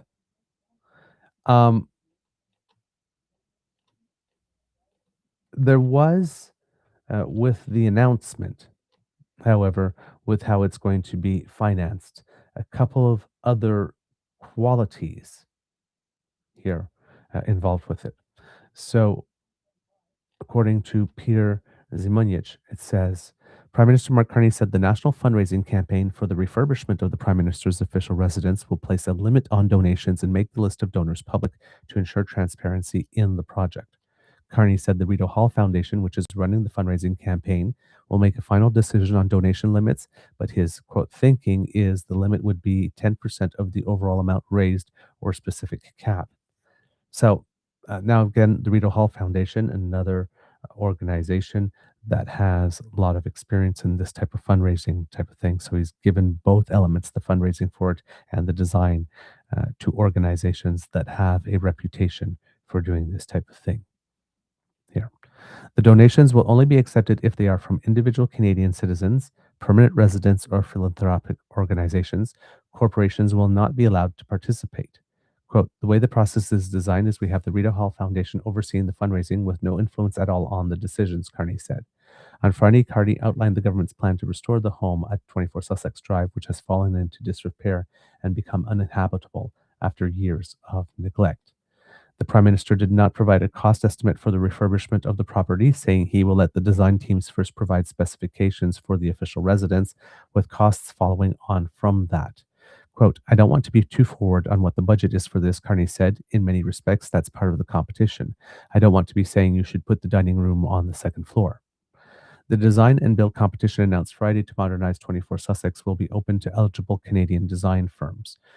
So, the estimates that I'm hearing is about $50 million. And then everybody says that whenever you have a project like that, double it. So $50 million to $100 million about would be the cost of bringing this up to par. So we have all these limits on the way that donations can be made and who can make them. There will be no anonymous donations whatsoever. Corporations can't donate, and there's going to be a limit to how much people can donate. So again, all the usual cries, oh, they're doing this because they're trying to curry favor, or who really donated, where is the mystery donor, all that kind of stuff. All of these criteria sort of being put in. So again, that there's nothing that conservatives can hang a coat on to claim some type of corruption or self-dealing, or that this project is somehow untoward or meant to benefit the Prime Minister personally or his friends or anything. All the usual go-tos, right? They're trying to get around every single one of these things. And then, of course, that the design and build competition will be open to eligible Canadian design firms and none others. The competition itself will be overseen by the Royal Architectural Institute of Canada, which will put together an independent jury of experts in architecture, heritage conservation, and design. And then it says the jury's members are, so I'm guessing, I'm not sure if there's another independent jury that this jury is going to be putting together, but it seems that it is already formed. And it says the winning proposal will be announced by Canada Day 2027. Carney noted that while the official residence is still standing, it's been gutted to the studs and has been sitting vacant for more than a decade. The design and build competition, Carney said, will restore 24 Sussex so it can once again serve as a secure, accessible, and sustainable official residence and a working venue for Canada's future prime ministers. Quote, a nation is more than the people who live in it today. It includes everyone who came before us and everyone who will come after, Carney said. The Prime Minister said 24 Sussex, which was built in 1868, is a symbol of Canada's democracy and an important part of its history, having played host to Queen Elizabeth II, Sir Winston Churchill, and U.S. President John F. Kennedy. Quote, our institutions are how we carry forward what we are given and how we pass it on. And at least, let's try that again. Our institutions are how we carry forward what we were given and how we pass it on, at least intact, ideally improved, to those who follow, he said. 24 Sussex Drive is one of these institutions, and we will not let it crumble. We will set it right. Asked why he decided to seek donations rather than use tax revenues, Carney said his government has a lot of priorities, all of which are competing for government funding.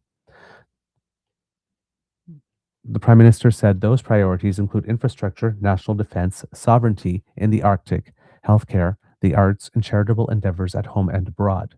When weighing those responsibilities, Carney said it was difficult to ignore how many private Canadians had reached out asking if they could financially support 24 Sussex Drive's refurbishment.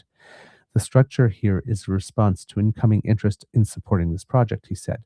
Carney thanked former Prime Minister Stephen Harper and Jacques Chrétien's advocacy for the renovation. He also thanked former Prime Ministers Joe Clark, Kim Campbell, Paul Martin, and Justin Trudeau, who worked together with Brian Mulroney's widow, Mila Mulroney, to have publicly backed the project. And it appears that Prime Minister Chrétien and Stephen Harper specifically will be participating in efforts to fundraise money for the Rideau, for the project. So again, which makes it a little tougher for Pierre Poilievre of the Conservatives to try to spike the football on this one. By the time Carney came into office, sorry, excuse me. By the time Carney came into office, 24 Sussex had been gutted to remove mold, asbestos, and rodents, leaving him little choice but to move into Rideau College, a former residence of the Secretary to the Governor General located on the grounds of Rideau Hall. Carney said Friday that while the cottage works as a place for a family to live and he is grateful for the security provided by the RCMP, he wants the residence at 24 Sussex restored for future prime ministers. Quote, Rideau Cottage is not the long-term solution. It is where I will live as prime minister, just to be clear, for this is for future prime ministers and really for Canadians in restoring one of our institutions, Carney said. So Mark Carney here pledging that he will never live in it. I don't know if that's just a matter of how much time he thinks it will take to be fixed and how much time he intends or envisions being in politics, or whether or not, if it was ready 2 years from now, just as a point of principle, he will not be the first person occupying it again to remove that line of attack from opposition. Opposition House Leader Andrew Scheer was critical of Carney's plan, of course, telling reporters in Ottawa that, quote, Mark Carney and the Liberals are focused on one home. Conservatives are focused on getting millions of homes built for Canadians so prices can come down. Yes, and that's precisely why when they had the Housing Accelerator Fund, Pierre Poilievre told his MPs not to make any requests out of it because it would make the program look good. And we couldn't have that. So their constituents couldn't have that either. But yes, focused on getting millions of homes built for Canadians so prices can come down. Sure you are. Sure.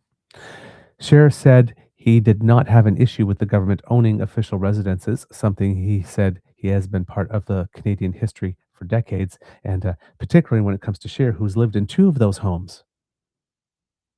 Right?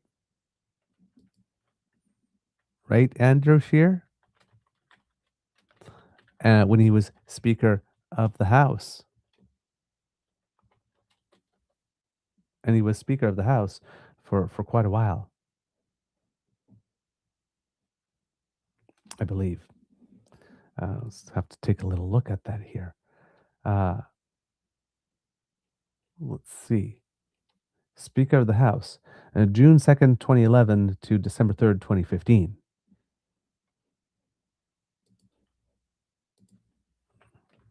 He lived in an official residence here in Canada.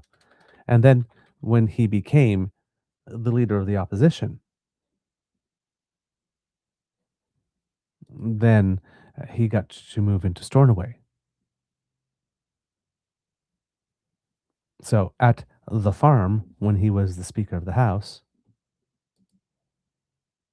and at Stornoway, when he was leader of the opposition. And the farm is one that doesn't get a lot of notice, but here we have it for you.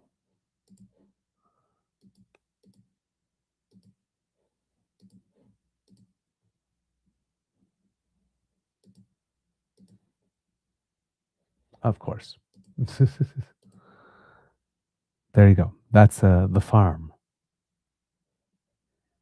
So, not too shabby. Not too shabby at all. See if we can learn a little bit about it here. Says here, has an official residence, the farm in nearby Kingsmere, Quebec. Prime Minister William Lyon Mackenzie King bought the property in 1927, died there in 1950, and bequeathed it in its will to the government and people of Canada, with hopes that it would become the official residence of the Prime Minister. But since 24 Sussex Drive already had that role, the farm has been used by the sitting Speaker since 1955. In addition to so, yes, there you go. That's basically what it says here about it. So yeah, the farm. So the man who has had the benefit of living in 2 of Canada's official residences has some issues, perhaps, maybe, with 24 Sussex being refurbished. Oh yeah, that's the one he didn't get to live in, so I guess he's okay with that. And of course,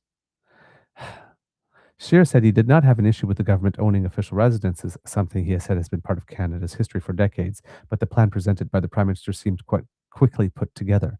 Quote, "We're always concerned when Liberals do things because they have shown themselves to put themselves in conflicts of interest." Again, coming from Andrew Scheer, who did things with party money that were probably not okay, who had a CV that said he was an insurance broker, and the insurance brokers actually said, could you stop saying that? The guy that didn't tell us he was a dual national because nobody asked when he was trying to become prime minister of the country.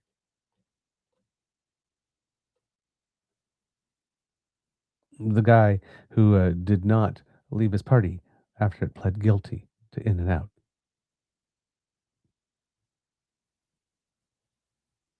We're always concerned when Liberals do things because they have shown themselves to put themselves in conflicts of interest.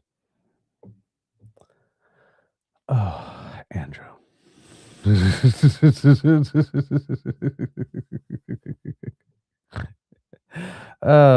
Andrew. Oh my God. Can't remember who it is that keeps on saying. I think it's Andrew Coyne.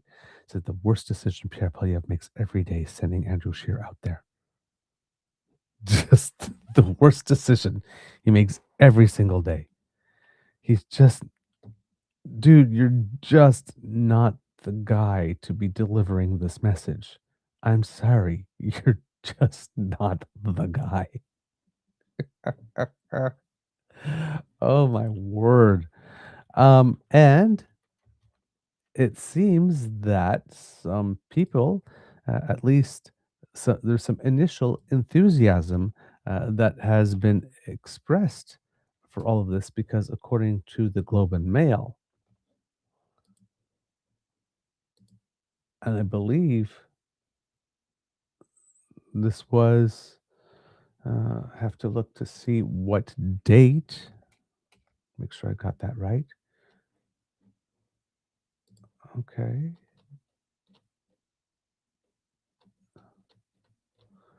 Let's try that again. Oh, can't find the date on that. I'm sorry for some reason. That's very weird. But it says that renovation of the Prime Minister's residence raises $100,000 in donations in one weekend. The foundation raising money to renovate 24 Sussex Drive says it has received over $100,000 in donations since Prime Minister Mark Carney announced a plan on Friday to rebuild and restore the official residence for Canada's prime ministers. The Rideau Hall Foundation's disclosure on Monday is the first indication of Canadians' interest in supporting the project, as the foundation works towards raising $50 million to rebuild the 18 eras. Let's try that again. The Rideau Hall Foundation's disclosure on Monday is the first indication of Canadians' interest in supporting the project as the foundation work towards. One more time. The Rideau Hall Foundation's disclosure on Monday is the first indication of Canadians' interest in supporting the project as the foundation works toward raising $50 million to rebuild the 1860s era property that was home to 9 Canadian prime ministers between the 1950s and 2015. The foundation said it received 211 online donations totaling just over $54,000, as well as an additional $50,000 in pledged donations in the time between the Prime Minister's news conference at 24 Sussex Drive on Friday morning and Monday at noon. Okay, because here's the part where I'm a little confused because they say that they will choose the jury and then we find out who the jury's members are. So will they choose the jury or have they already chosen the jury? The Rideau Hall Foundation will be firming up the details of whatever it is for taking donations, but they're already receiving donations. That's pretty damn fast. Seems like the Prime Minister was presenting certain things as work that still needed to be done, but what already was done, because that's pretty fast. We are humbled and moved by the unexpected influx of donations by Canadians individuals from coast to coast to coast over the weekend, Foundation President and Chief Executive Teresa Marquez said in a statement. The average dollar amount on the online donations was $257. Ms. Marquez said the Foundation, a nonpartisan national charitable organization created to amplify the work of the Governor General, will eventually share more information, including the names of donors. Jill Clark, the Senior Manager of Communications and Media Relations, said in an email exchange that the cap for individual donations is set at 10% of the project's $50 million fundraising goal. So that was one of the things the Prime Minister said had not been said yet, but he says he thought it would be that, and in fact, that is indeed it. That means no one individual donor could give more than $5 million, she said. The foundation said that donations for the project can only be made by individuals and other charitable foundations. Corporate donations and anonymous donations are not being accepted. Also, donors must attest to being Canadian citizens or permanent residents. The Rideau Hall Foundation's website now includes a page on, quote, Restoring 24 Sussex, a national project for future generations, which provides an option to make a tax-deductible donation of between $50 and $1,000 and to give once or monthly.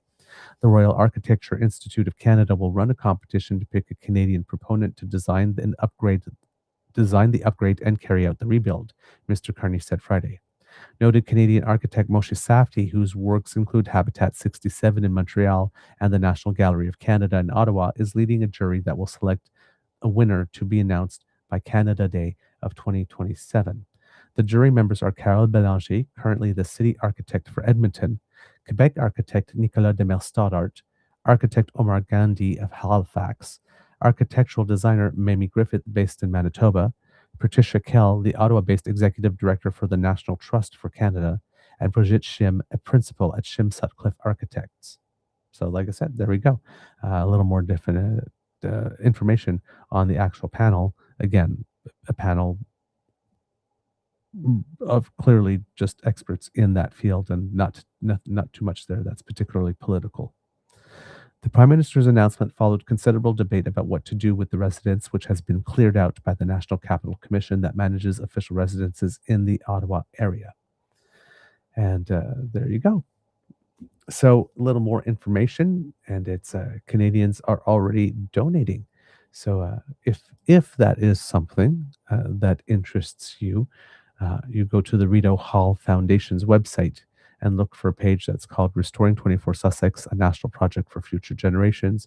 And of course, this is a tax-deductible donation. So you will, whatever donation you make, you will get a tax receipt, and that will offer you some type of benefit when you file next year. All right, let's see. Linda giving us an update here, saying Diallo and Sonego are tied at 2 sets each, 1 set to decide the match. And I'm missing it. All right, kids and cubs. That's the end of this episode of the Daily Beaver Morning Show. We hope that you love listening to us because we love making this for you. Remember, sharing is caring and word of mouth is priceless. So please tell your peeps and poops all about us. We really appreciate it when you do. And when you include a little word from yourself as to why our content resonates with you, that encourages more people to click on it, especially if they trust your opinion. So thank you for that. If you would like to help us in other ways, kids and cubs, one of the ways you can is by scanning this QR code, which will bring you to our YouTube page if you're not already on it. And there you can click with our buttons like, share, and subscribe. Also click on the notification bell and click all to make sure that you are notified when we have new content up. And if you are watching on your phone fewer than 7 days after the live broadcast, if you could swipe left on the comment section and offer us some hype points, because that helps smaller audience episodes like ours gain greater visibility, and you can do that 3 times a week, we would be very grateful for that help as well. Thank you so very much. Other ways you can help us is by scanning this QR code, which will bring you to the Eager Beaver Lodge's Emergency Hydration Fund. If you like what we do, we shake it for tips. A little bit of this, a little bit of that right there. There you go. We're not proud. We're not proud. So if you like what we do and you think it deserves some financial support, we would be happy with you helping us with the costs that we incur to bring this show to you. Scan that QR code and we'll bring you to our coffee page, the Emergency Hydration Fund, as we call it, at ko-fi.com/eagerbeaver, all in one word. You can make a one-time donation or a recurring donation that you can stop at any time. You are not locked in whatsoever, just giving you more options. And we get about 95 to 97% of your donation when you donate through the Emergency Hydration Fund. You can also donate via our YouTube page with stickers, super chat, and of course, memberships. We get about 70% of your donation that way. And if you are doing the Buy Canadian thing, particularly because it's Canada Day-ish now, but if you are doing it, we would be grateful to receive your support that way and not help out any US CE Tech Pros with a direct donation from your account to ours. truenortheagerbeaver@gmail.com is the email address you would use to do that. And there are no service charges. We get 100% of your donation. Thank you for all the ways you contribute to the show. And if you are not able to contribute financially, please do not worry, because the gifts of your attention and participation are the ones that matter the most to us. And we love to hear from you. So please contribute in word using that same email address, truenortheagerbeaver@gmail.com. Let us know what you think about the show, good, bad, or ugly. Send us some guest suggestions for the interview project. If you've got questions about politics or the show, send them to us. We're very happy to answer them. And of course, send us your good news, because that helps us when the doom scrolling becomes a little much. Thank you so much for all of your help. And if you want to reach us on our socials, you can do so at True Eager at the Blue Sky Beaver Lodge on the Jitter. We have the DamFam Discord. We have the Beaver Bite Substack. We have the Instagram run by Kit Uncover, of course, and our coffee page, as mentioned before. We do try to read everything, even though we are not able to get back to everyone. And of course, on our YouTube page, right down here in the comments section, that's where you're most likely to be able to get our attention if you want to leave us a message. Because, we're on our YouTube channel a lot, working on things and doing stuff. So that's where we're if you want to make sure that we see your message, that's probably the best place to put it. Just helping out. All right. Let's see. Because democracy is something that you do, we do. You know what? Take the day off. Take the day off. Right? There's more time to rest. In fact, give yourself an extra long weekend. Yeah, an extra long weekend, and we'll come back. We'll come back to it, to the fight on Monday. Take some time to recharge your batteries. A little self-care. Nothing wrong with that. Nothing wrong with that at all. I'm feeling generous. I'm feeling generous. Let's see. Words of wisdom. You know what? I'm still in the mood. So my words of wisdom are pretty simple. Just get your Canada on. Hey? The fun continues all the way into the weekend, right? Because we have that World Cup match to cheer for on the 4th of July. See Canada take on Morocco. And again, as Jeremy Hansen said, why not dream big? Let's go out and win that one. You never know. It could happen. It could happen. So that's going to be fun. For us, it is going to be fun because our Canada Day celebrations get to continue on that day. We have some friends, most of the Romanian friends that Alex grew up with and all that kind of stuff. They have a property down there. And a lot of us just go there for Canada Day. So there's probably going to be, I don't know, easily probably 30, 40 of us. A whole bunch of different families, and just this big whole day long potluck. And it seems that the arrangements have been made for those of us who will want to be watching the game, because it's going to be at 1 o'clock Eastern time, that we will be able to do so. So I'm going to be watching Team Canada play soccer against Morocco with a whole bunch of people who really, really, really, really love soccer. It's going to be quite an experience. and I'm very, very happy that I'm going to be having it. So, I hope that you have some watch parties planned and that you're looking to have just a good time and keep all these good vibes going. Kid Saucy going, Canada should just take over the 4th of July and celebrate Canada all over again. Canada Day. Happy day that we're Canadian. 4th of July. Happy that we're not you day.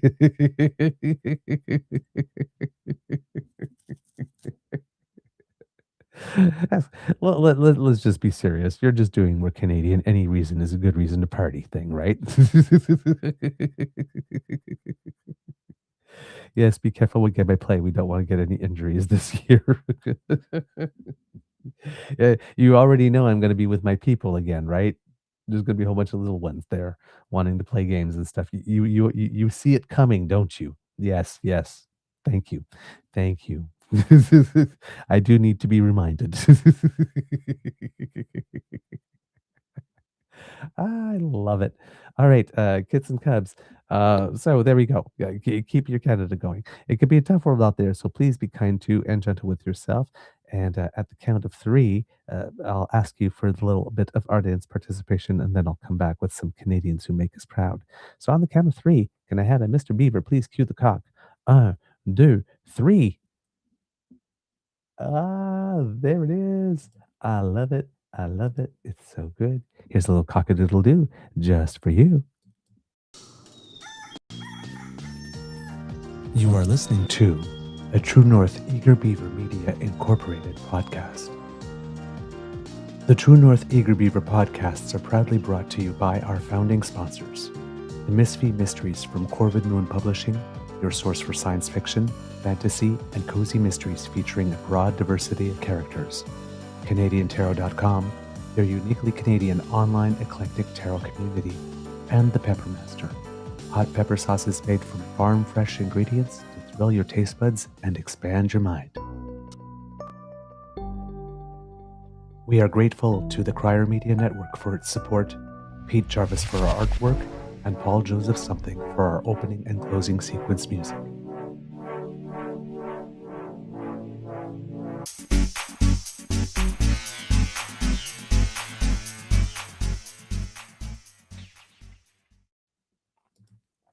All right, kids and cubs.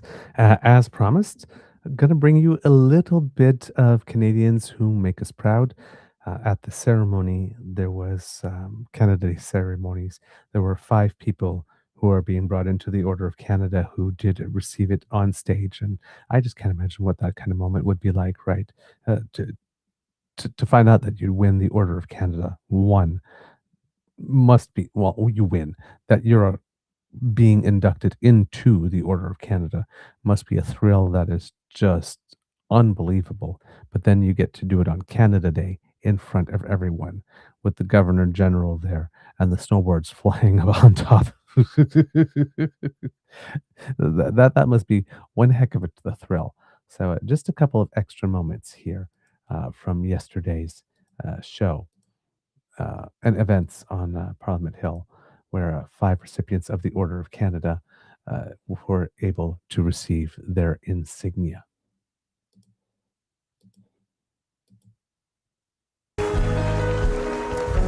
The Order of Canada was established in 1967, and today it is the centerpiece of our honor system. Those who are members of the Order of Canada write the soundtrack of our lives, and their words spark our imagination. They unite our communities through their service and advance humanity in their relentless pursuit of innovation. L'Ordre du Canada a été créé en 1967. The Order of Canada was created in 1967 and represents the cornerstone of our honor system. Members of the Order of Canada make up the soundtrack of our lives, and their words stimulate our imagination.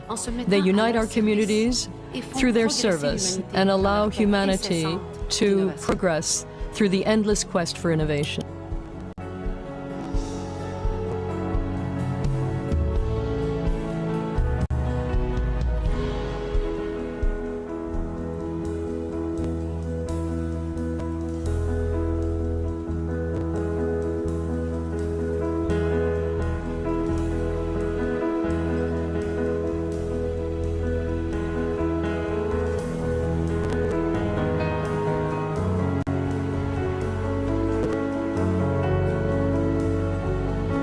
To receive the insignia of Companion of the Order of Canada, pour recevoir l'insigne de Compagnon To de receive l'Ordre the du Canada, insignia of Companion of the Order of Brault. Canada, Simon Brault.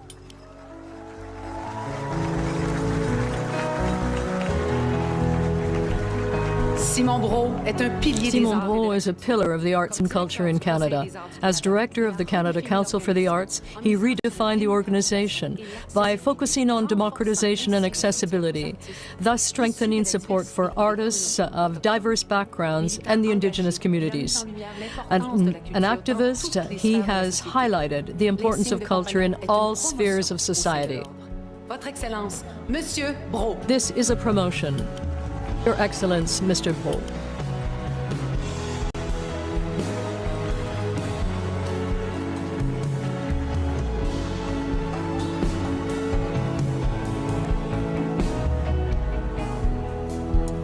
To receive the insignia of Member of the Order of Canada, pour recevoir l'insigne de Membre de l'Ordre du Canada, Michelle Francis Good.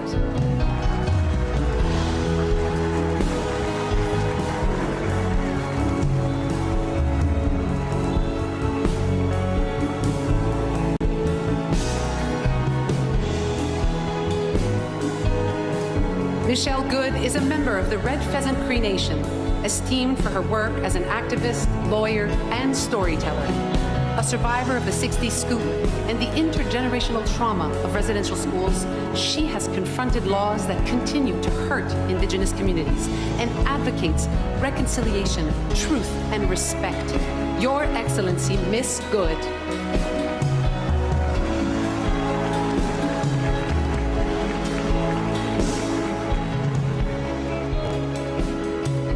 Rossi Nasalik.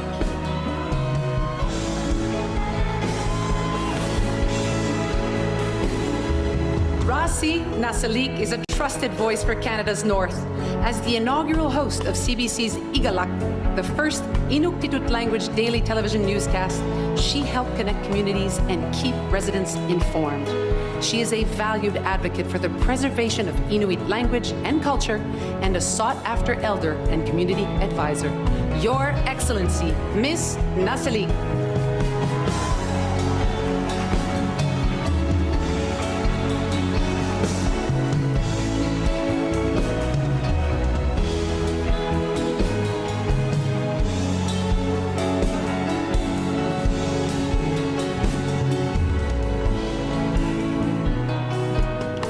Michel Rabagliati.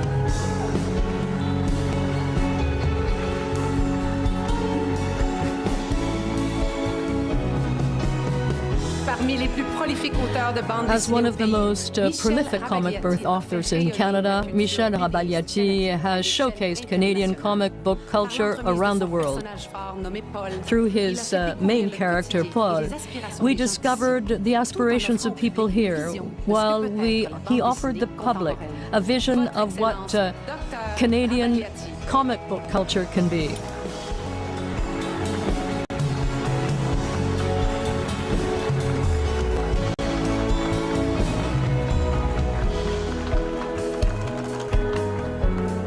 Chloé Sainte-Marie.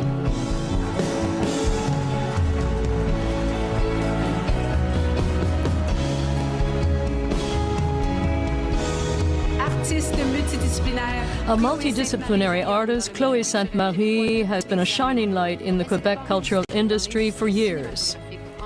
She first made a name for herself in the film industry, playing significant roles, and made her mark in the world of music.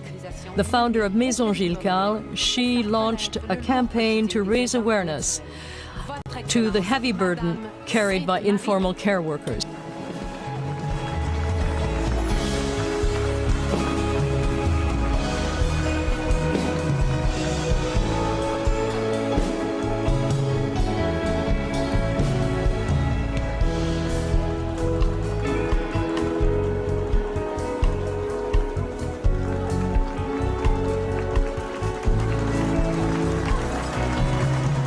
Please join us in congratulating today's Order of Canada investees. Félicitons ensemble des personnes investies à l'Ordre du Canada.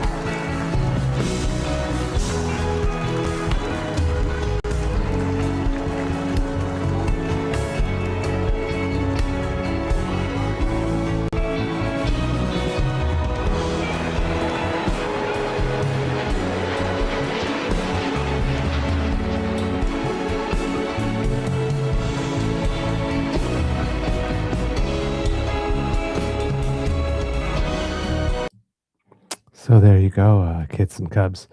Um, I won't lie, I'm a little envious.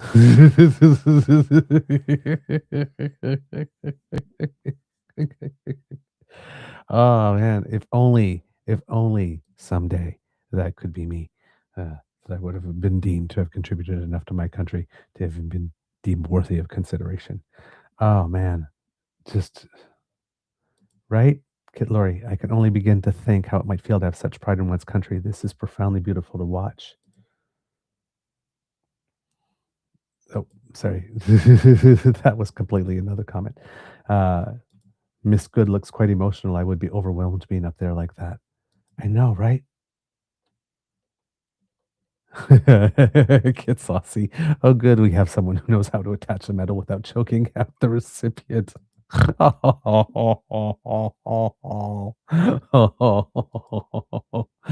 see what you did there. I see what you did there. Um, Oddly enough, I got up to a similar type of mischief yesterday, kits and cubs, while we were celebrating Canada Day here in the Limestone City. We got to Confederation Park, and we have a pool too. And I got a little cheeky.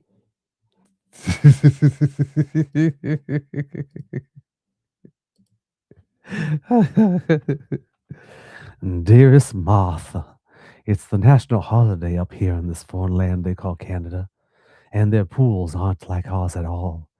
Can't wait to get back home and make algae great again.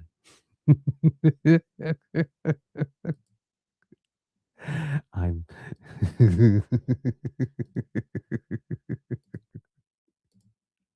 I celebrated Canada Day in the best way I know how, being classically Canadian, passive aggressive and petty.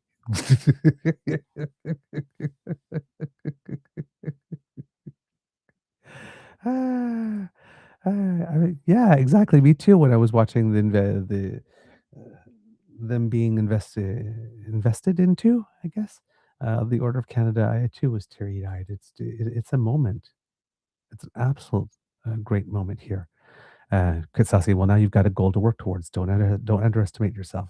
Well, I don't, but I mean, it's like I think most people that get the Order of Canada don't wake up one day and say, "I'm going to go out and set out to go get the Order of Canada." They just go and set out and do what they do, and then at some point, somebody says, "You know what? You deserve recognition." So pretty much, I'm guessing it pretty much comes as a surprise for a lot of people whenever it happens.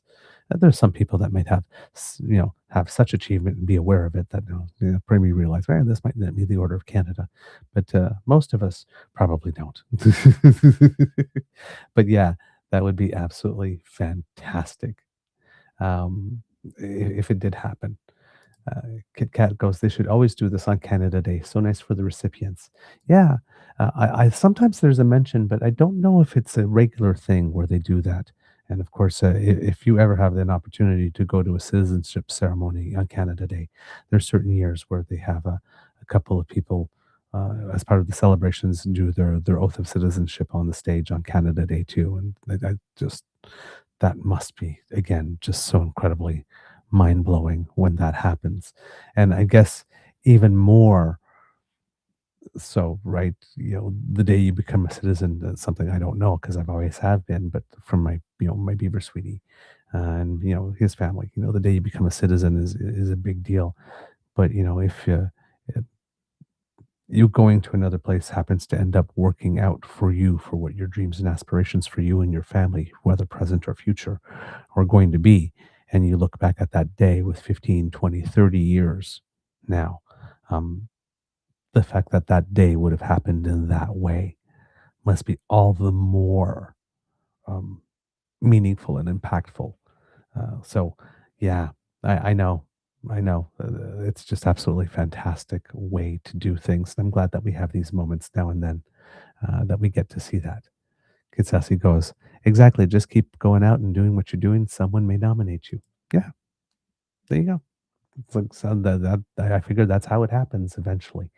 Um, So there you go, a little order of Canada. And one other thing before we go, because I did take the time to look it up, given that it is Disability Pride Week, I did go and take a look because, of course, there's a flag, and there it is.